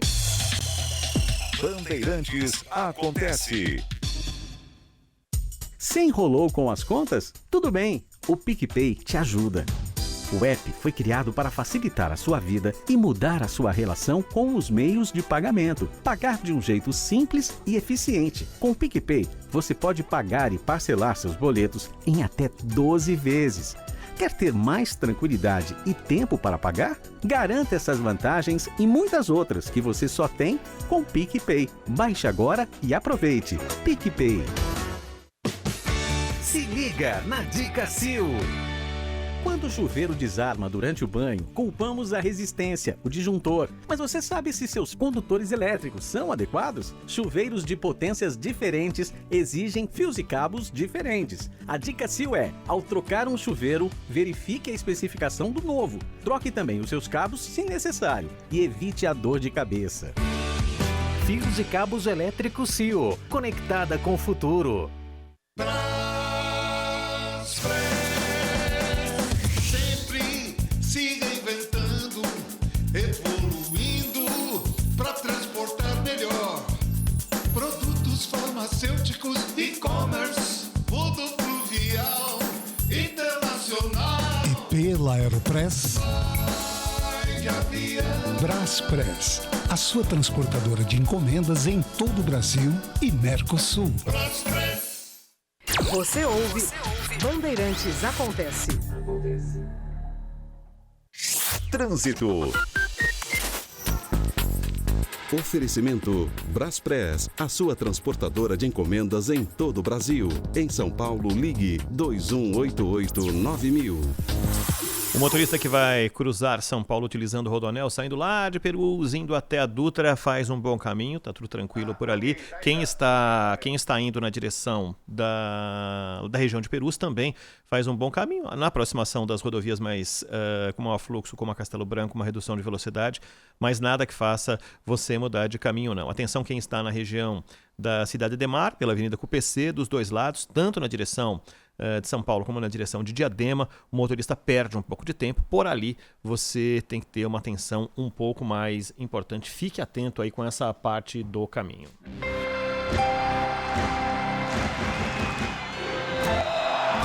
Na Trilha do Pódio, com Elia Júnior. Oferecimento Grupo Souza Lima, eficiência em segurança e serviços. Olá pessoal, estamos juntos, começando mais uma semana por aqui com o seu Na Trilha do Pódio. E em alta velocidade, hein? Paulo André, o melhor velocista brasileiro, classificado para disputar os Jogos de Tóquio em 2021, segue firme e forte. Aliás, o revezamento brasileiro na prova dos 4 por 100 metros rasos é sim candidato à medalha olímpica. Treinamentos específicos no Espírito Santo. Aliás, equipe treinando e patrocinadores renovados. Ótimo sinal e muito alento para a equipe brasileira neste revezamento 4 por 100 metros rasos rumo a Tóquio 2021. O Grupo Souza Lima, como prestadora de serviços essenciais em segurança, limpeza e outros facilities, informa que vem mantendo todas as suas operações e os empregos dos seus mais de 20 mil colaboradores. Está empenhado em ajudar o país a enfrentar essa crise e oferece diversos serviços de segurança e limpeza exclusivos, inclusive soluções de higienização técnica e reforço de segurança para condomínios e empresas de diversos portes e segmentos. Grupo Souza Lima, conte com a gente sempre. Acontece aqui. A análise das notícias mais importantes do dia.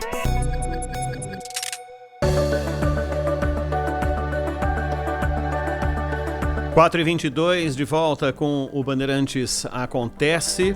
Nós vamos conversar agora com o professor José Carvalho de Noronha, que é doutor em saúde coletiva, da UFRJ, pesquisador da Fundação Oswaldo Cruz. Nós vamos falar sobre o Sistema Único de Saúde. E primeiro, recebendo com muita alegria o professor aqui nesta primeira edição do Bandeirantes Acontece. Professor, tudo bem? Boa tarde. Boa tarde, muito obrigado. É um prazer estar aqui conversando com vocês. Professor, Ainda mais sobre o professor, só para a gente dar início aqui ao nosso papo, o SUS, dos sistemas de saúde dos países desenvolvidos e com mais de 100 milhões de habitantes, o Brasil talvez seja uma das únicas nações que oferece saúde irrestrita para qualquer cidadão. E nunca foi tão colocado à prova a estrutura do SUS. De que maneira o senhor observa que o SUS vai sair dessa pandemia que a gente enfrenta nesse momento?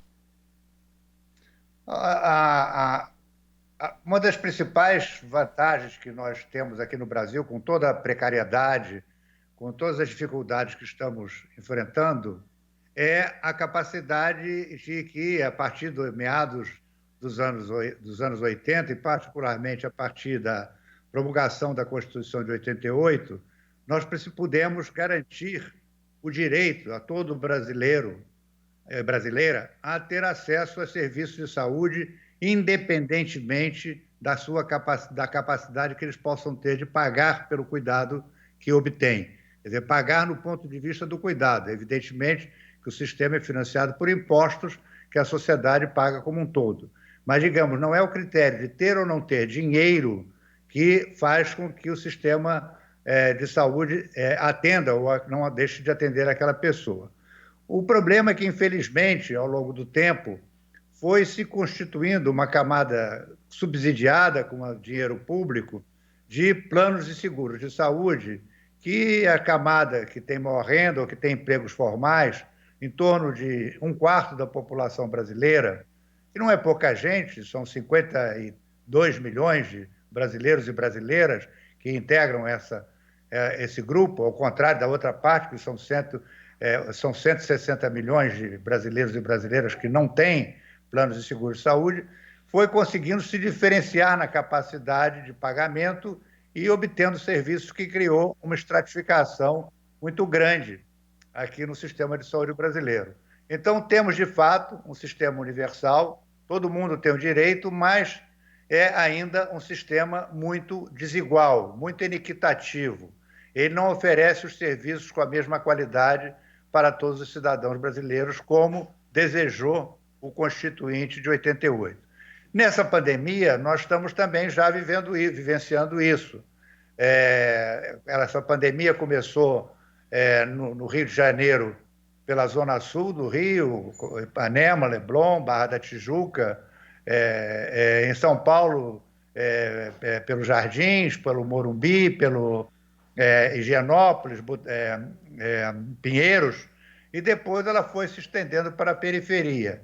Então, essas populações que são atendidas, que têm plano de saúde dessas regiões mais ricas, puderam dispor e podem dispor de serviços com uma qualidade melhor, UTIs mais bem equipadas, com profissionais melhor qualificados, enquanto que a população mais pobre pode, de fato, obter esses cuidados, mas obtém com mais dificuldade e com mais precariedade. Aqui no Rio de Janeiro, eu trabalho aqui na Fiocruz, no Rio de Janeiro, sou cidadão carioca, por exemplo, no momento, aqui na cidade do Rio de Janeiro, nesse momento da pandemia, nós já encontramos uma razoável capacidade disponível de leitos de UTI na rede particular que atende aos planos de saúde. Mas quando nós vamos para a zona oeste do Rio, entramos na Baixada Fluminense, Nova Iguaçu, Duque de Caxias, a situação ainda é de grande precariedade. Então, embora tenha um direito, quer dizer, esse direito nem pode ser exercido em sua plenitude. A mesma coisa em São Paulo. Se você mora na cidade de São Paulo, nas zonas mais bem próximas dos hospitais de ponta do Brasil, que são citados ao longo da Paulista, ou no Morumbi, as coisas já estão mais tranquilas. Mas se você vai para São Caetano do Sul ou São Bernardo do Campo, você vai vendo, as pessoas observam que temos ainda grande precariedade. O caos é muito grande, é muito difícil obter o atendimento de qualidade.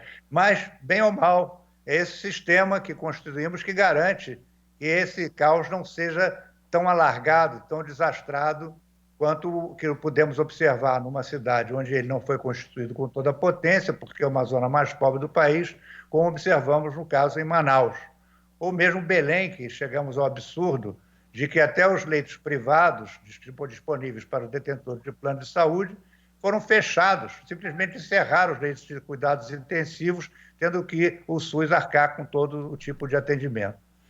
A outra coisa importante, que talvez as pessoas geralmente não saibam, esse sistema de monitoramento que temos no Brasil é um excelente sistema de monitoramento. Temos muitas falhas, a subnotificação, mas é um sistema que tem permitido a gente acompanhar a evolução da pandemia e permitindo às autoridades sanitárias, quando elas assim o desejam, tomar as intervenções com maior grau de precisão, determinando, inclusive, medidas radicais, que é o distanciamento social.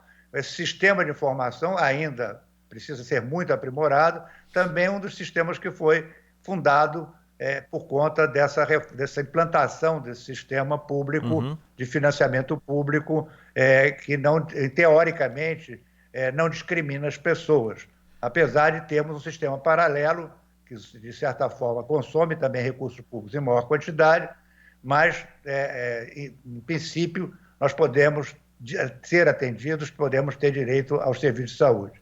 Um outro aspecto importante é que esse sistema de saúde no Brasil permite uma coisa, por exemplo, que nem os Estados Unidos têm, que é uma cobertura, um sistema de vacinação também inteiramente apoiado pelo Estado.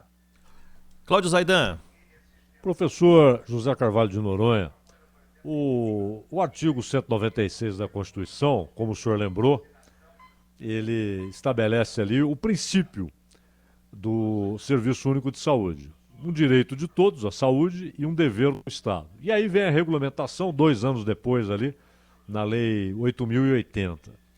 Eu tive uma discussão aqui na Bandeirantes com o Rogério Marinho, que foi uma espécie de autor intelectual aí de muitas dos artigos da nova legislação trabalhista e também da reforma da Previdência, quando ele disse que o Brasil tem sim um sistema de proteção social, welfare state, um colchão de proteção social. Eu disse para ele que não, né? Que, na verdade, quando muito temos aí um colchonete, que, na verdade, grande parte da população é lançada na total falta de assistência. O SUS é uma exceção, exatamente pelo que o senhor disse, ou seja, a garantia de atendimento universal, né? Agora, na pandemia, há muitos elogios ao SUS, que tem dado conta do recado, apesar de todos esses percalços que o senhor citou, e claro, falta de recursos, falta de número de leitos, né, per capita. Afinal de contas, o Brasil tem 24 leitos de UTI para cada 100 mil habitantes, no entanto, a maior parte no sistema privado.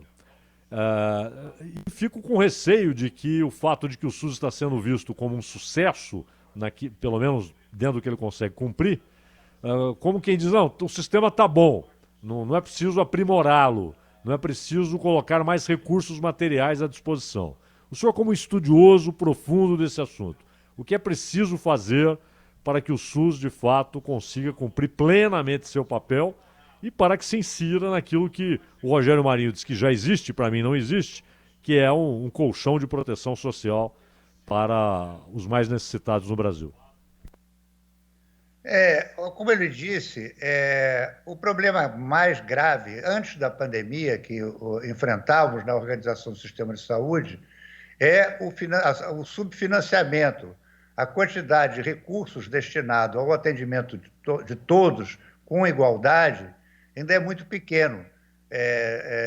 Os países que têm sistemas mais equitativos, como os países da Europa, eles dispõem, para o atendimento do serviço público, eles comprometem quase 9% do seu produto interno bruto. E lembrando, o produto interno bruto muito mais avantajado que o produto interno bruto do Brasil. Então, se fizer a conta desses recursos per capita, eles gastam per capita em 4 a 5 vezes mais do que o Brasil gasta per capita. No Brasil, o sistema público, o sistema que envolve recursos do governo federal, governo dos estados e das prefeituras, dos municípios, ele responde por aproximadamente 3,8% do produto, da riqueza que é produzida no Brasil. Então, o per capita é muito baixo. Então, a primeira coisa é aumentar os recursos destinados a esses cuidados. O saudoso ministro Adib Jatene, com quem muitos talvez não conheçam, mas um grande cirurgião cardíaco, um grande cidadão brasileiro, que sempre defendeu o SUS, ele dizia que se surpreendia muito como é que o SUS conseguia funcionar com os recursos que dispõe. Realmente abismado, eu fico abismado, depois de tantos anos, com essa capacidade. Para você ter uma ideia, os planos de saúde topo de linha, que permite internações no Einstein, no Sírio-Libanês, no HCOR ou no Copador, aqui no Rio de Janeiro, o preço, o valor médio que eles pagam por um episódio de internação chega a ser 18 vezes superiores ao que paga o Sistema Único de Saúde, por cada episódio de internação. Isso certamente já mostra que não são diferenças exclusivamente de hotelaria, quer dizer, da qualidade do lençol, do isolamento no quarto, que por trás disso nós temos grande desigualdade, grandes iniquidades na própria qualidade do cuidado. Então, o primeiro passo que o Conselho Nacional de Saúde tem, da qual eu integro uma das comissões de orçamento e financiamento, é o subfinanciamento, sobretudo, que foi agravado com a emenda constitucional 95 do teto de gasto.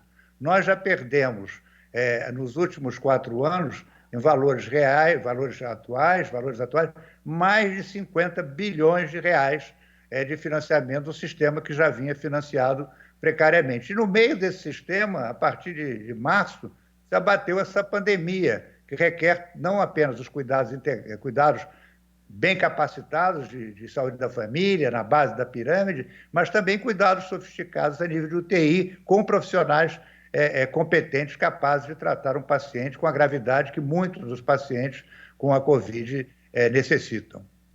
Professor, o que o senhor tem acompanhado aí pelas notícias que chegam, é fato que tratamento de outras comorbidades estão ficando em segundo plano diante da quantidade enorme de pessoas com a busca incessante por vaga, principalmente de UTI ou de semi-intensiva por causa da Covid-19? As outras comorbidades estão ficando para trás, tratamento de câncer, entre outras coisas?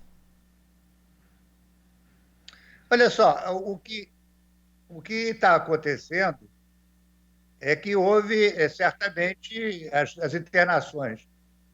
Já se tem alguns dados mostrando que algum tratamento de câncer, por exemplo, tem sido retardado pela encolha da oferta de serviços para tratamento desse tipo de paciente e também pelo próprio medo, pelo próprio distanciamento das pessoas poderem acolher, irem aos hospitais por conta da pandemia. Então, nós estamos vivendo, de fato, em algumas situações, digamos, o que seria uma sobra relativa de capacidade de atendimento que não está sendo utilizada, mas pessoas que estão deixando de ser atendidas por conta dessa pandemia. Isso é uma situação grave, porque a intervenção precoce num paciente que tem cânceres tratáveis, como câncer de mama, câncer de próstata, cânceres mais graves que também se beneficiam do tratamento antecipado, ele está sendo postergado. Coisas mais simples também, o tratamento de pacientes com diabetes que precisam regular e tal. Então, essas questões que de média complexidade estão sendo fortemente afetadas por um sistema que estava subfinanciado e cujos recursos estão sendo dirigidos prioritariamente, por conta dessa pandemia, para esse tratamento. Aqui no Rio de Janeiro, as unidades de pronto atendimento, as UPAs, elas estão com dificuldade de dar conta daquilo que já atendiam com certa dificuldade, que já havia déficit de oferta.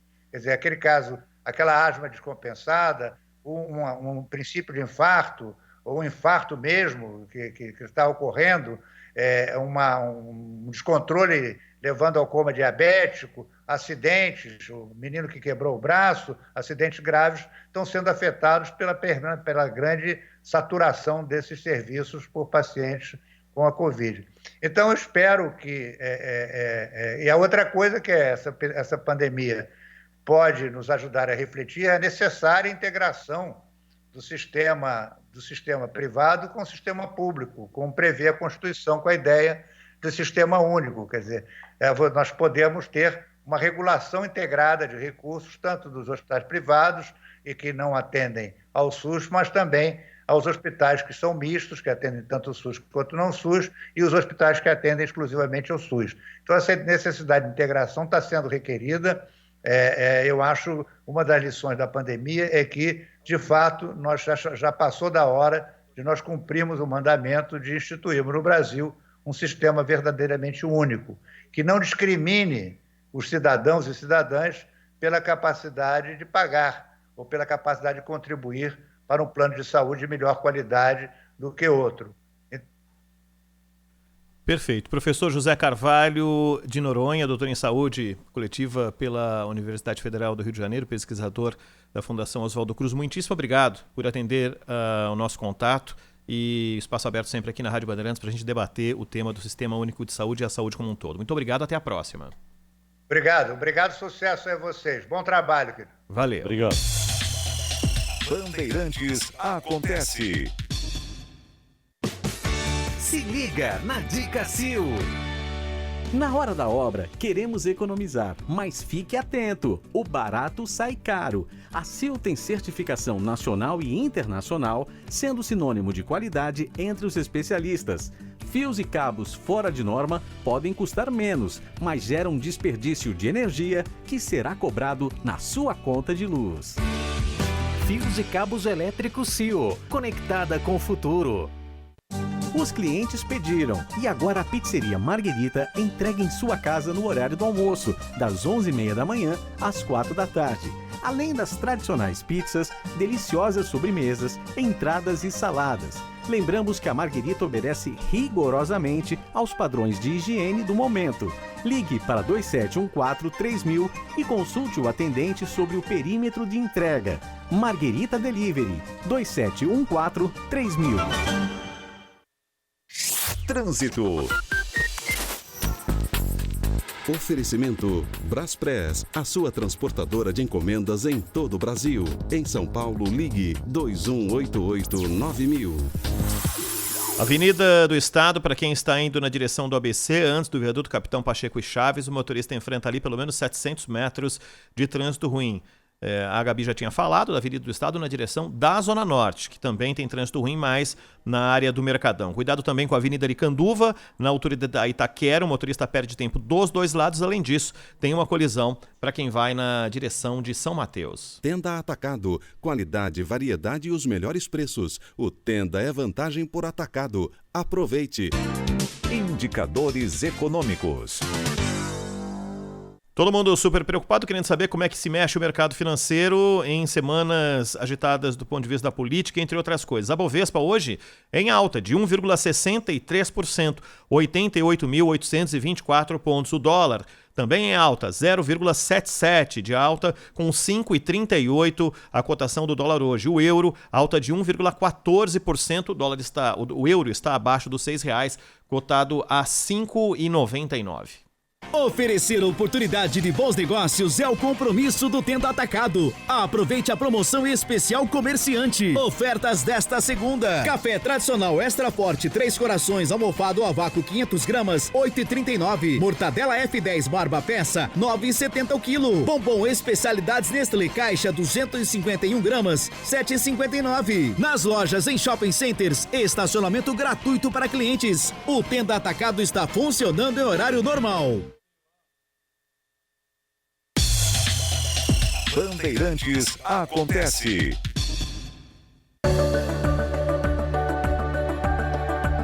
Quatro e 42. Já tem o repórter Bandeirantes com a atualização de notícias aqui para você.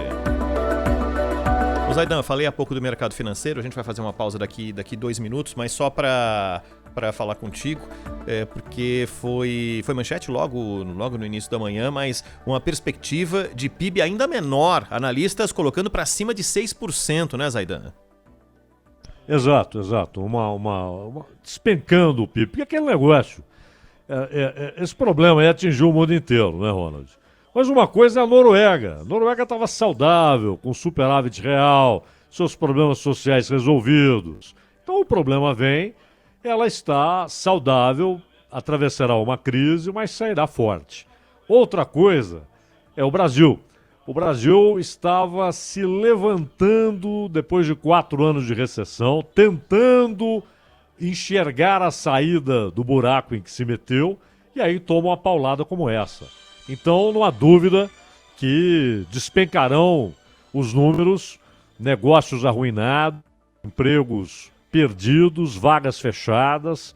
A pandemia, além, e é o mais grave, né? Além de trazer mortes aos milhares, esse é o mais grave, é óbvio, ela também contrata uma recessão brava, Ronald.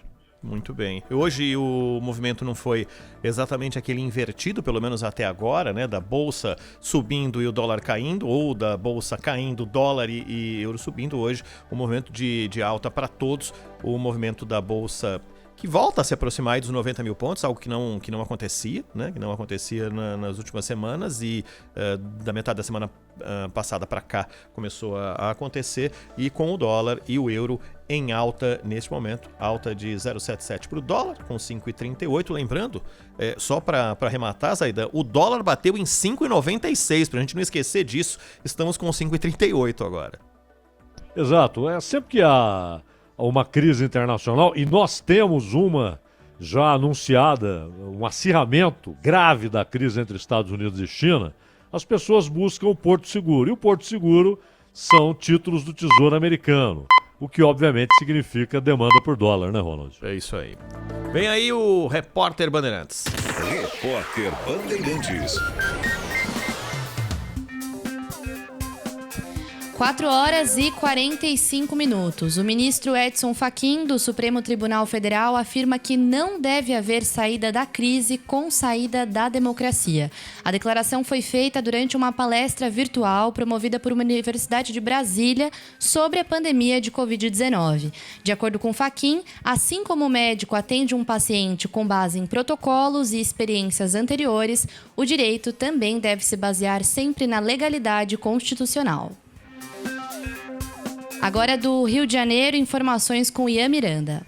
A partir desta terça-feira, a cidade do Rio inicia um plano de 6 fases para uma reabertura gradual das atividades. A medida foi anunciada pelo prefeito Marcelo Crivella durante coletiva de imprensa nesta segunda. Crivella afirmou que a expectativa é de que, em agosto, o município volte ao novo normal. O plano será avaliado por um gabinete de gestão a cada 15 dias, podendo avançar de fase caso haja melhora. No entanto, também existe a possibilidade de manutenção das medidas, ou uma volta para a fase anterior. Segundo o texto, quem descumprir as novas regras poderá ser multado. Os valores variam entre R$ 500 e R$ 2.800, podendo aumentar em caso de reincidência.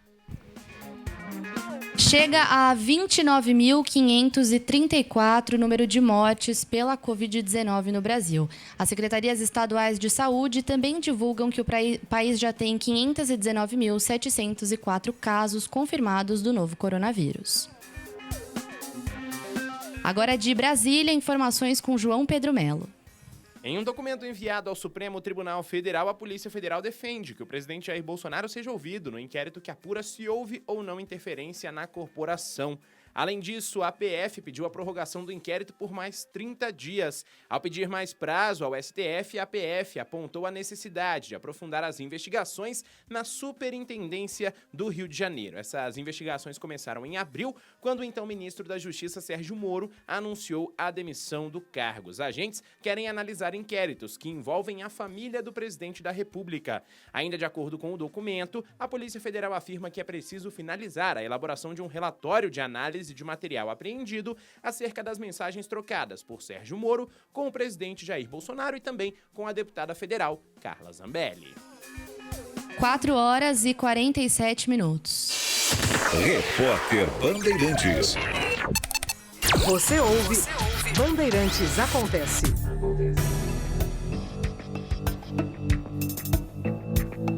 Quatro e 48, 12 minutos para as 5 horas da tarde.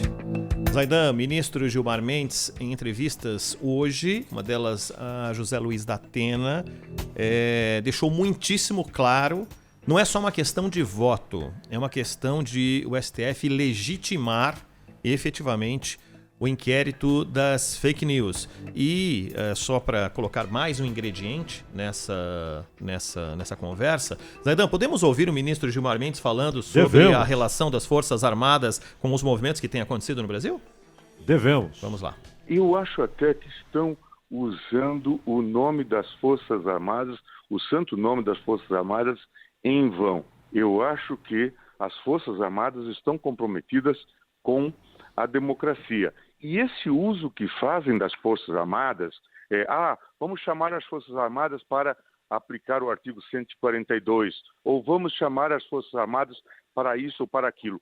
É um mau uso e uma afronta às Forças Armadas.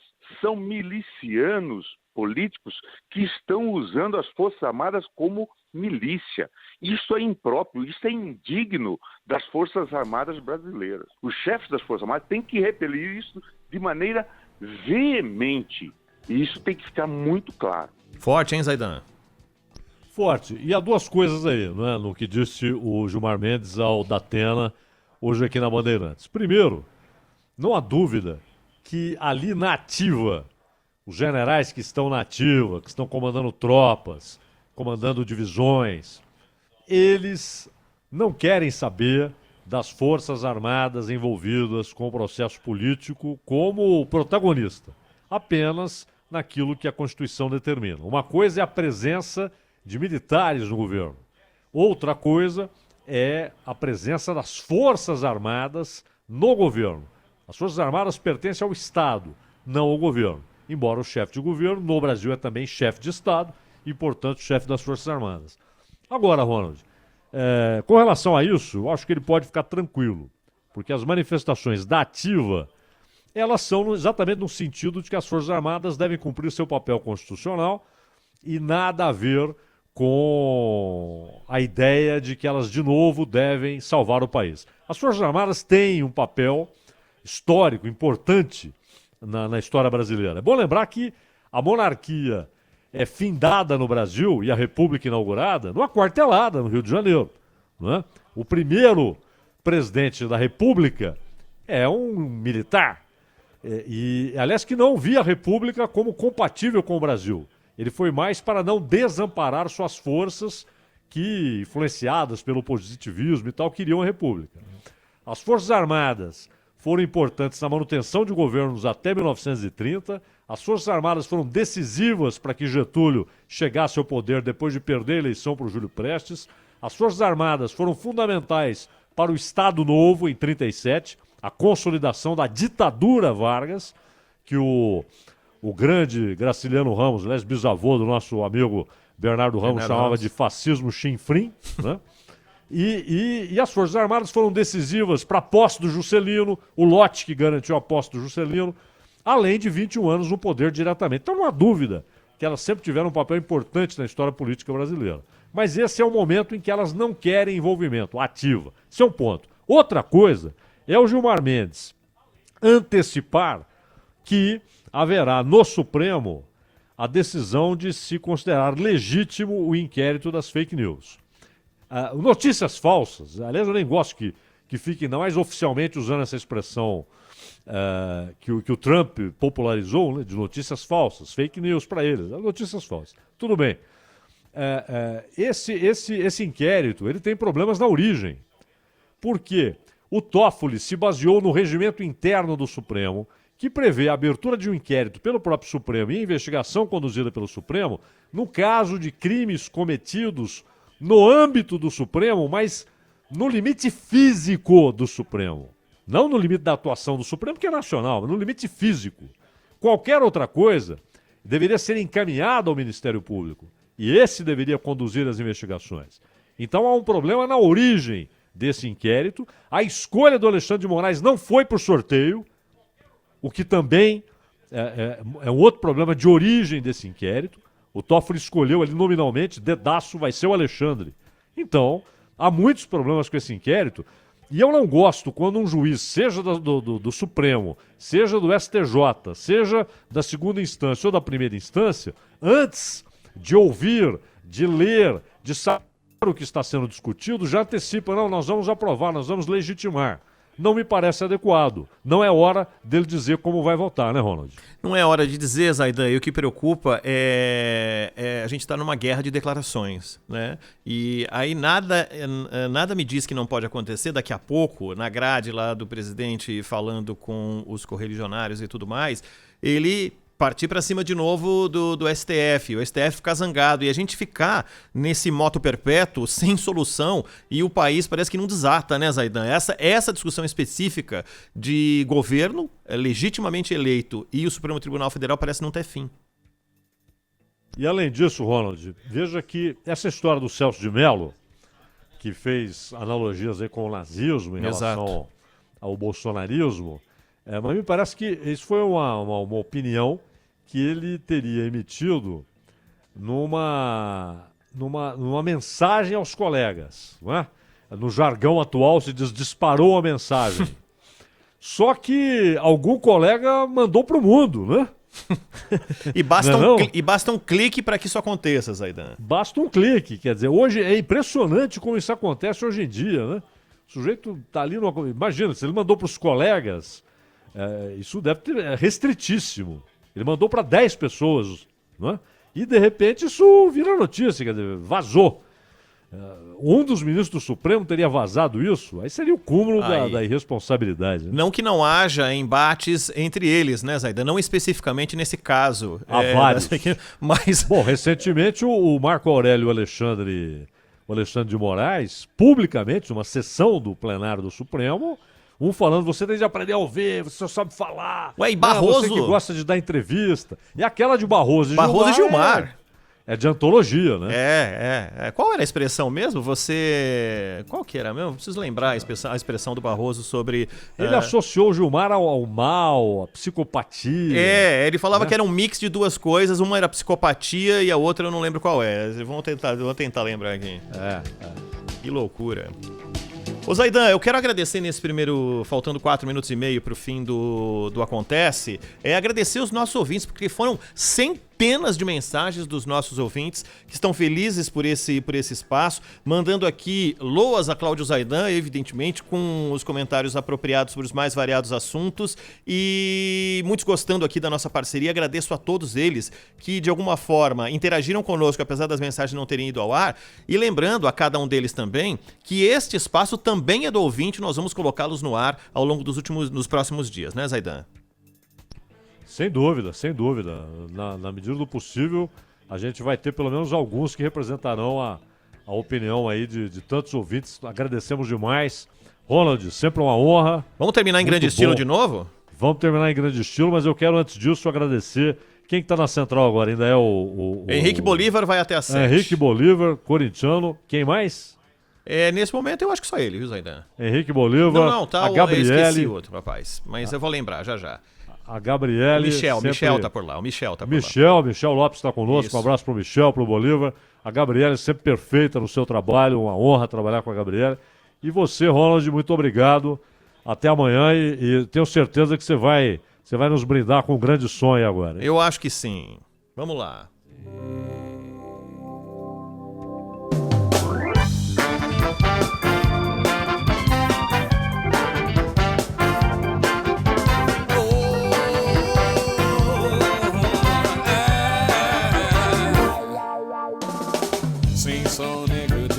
Esse é o Wilson Simoninha cantando tributo a Martin Luther King. E por que Simoninha? Porque o pai de Wilson Simoninha, o Wilson Simonal, gravou essa música para exatamente homenagear ele, Wilson Simonal, talvez um dos artistas negros que mais sofreram exatamente por terem alcançado o sucesso, né? O Wilson Simonal era simplesmente o maior artista do Brasil quando viu seu nome envolvido em denúncias de que ele teria ajudado a ditadura com informações, principalmente informações acerca do meio artístico. E isso fez com que simplesmente o Wilson Simonal largasse mão da vida, né? E isso tudo que aconteceu na vida de Simonal, mais do que perda de posses ou de sucesso, mas o desgosto de ter tido o nome dele envolvido numa situação que ele absolutamente não concordava. Para terminar, falando de Martin Luther King, viu, Zaidan? Assim, esse que foi um dos grandes nomes do século XX. Fez história e mudou a história. Até amanhã, Ronald. Valeu, Zaidan. Até amanhã. Muito obrigado a Gabi, a toda a nossa equipe técnica. Vem aí o Pedro Campos com mais uma edição do Bastidores do Poder. A gente se encontra mais uma vez aqui na Rádio Bandeirantes, amanhã a partir das 3 com mais uma edição do Bandeirantes Acontece. Até lá, tchau. Essa luta sim, luta mais, que a luta está no fim.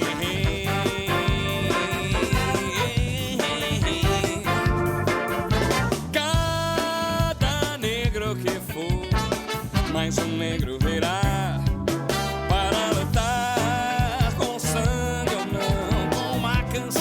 Também se luta, irmão, ouve minha voz. Oh yes, luta por nós.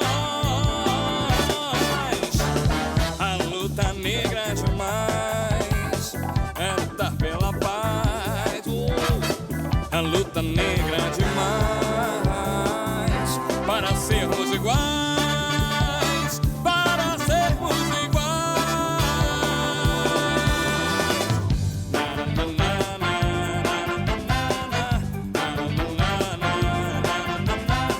How sermos iguais. A luta negra demais é lutar pela paz, lutar. A luta negra é lutar pela paz.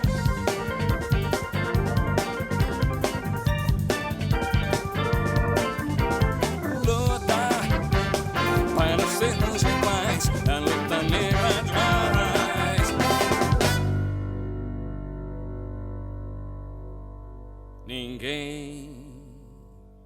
Ninguém vai me acorrentar enquanto eu puder cantar, enquanto eu puder sorrir. Alguém vai ter que me ouvir enquanto eu puder cantar. Sim, sou negro de cor, meu irmão de qualquer cor, enquanto eu puder sorrir.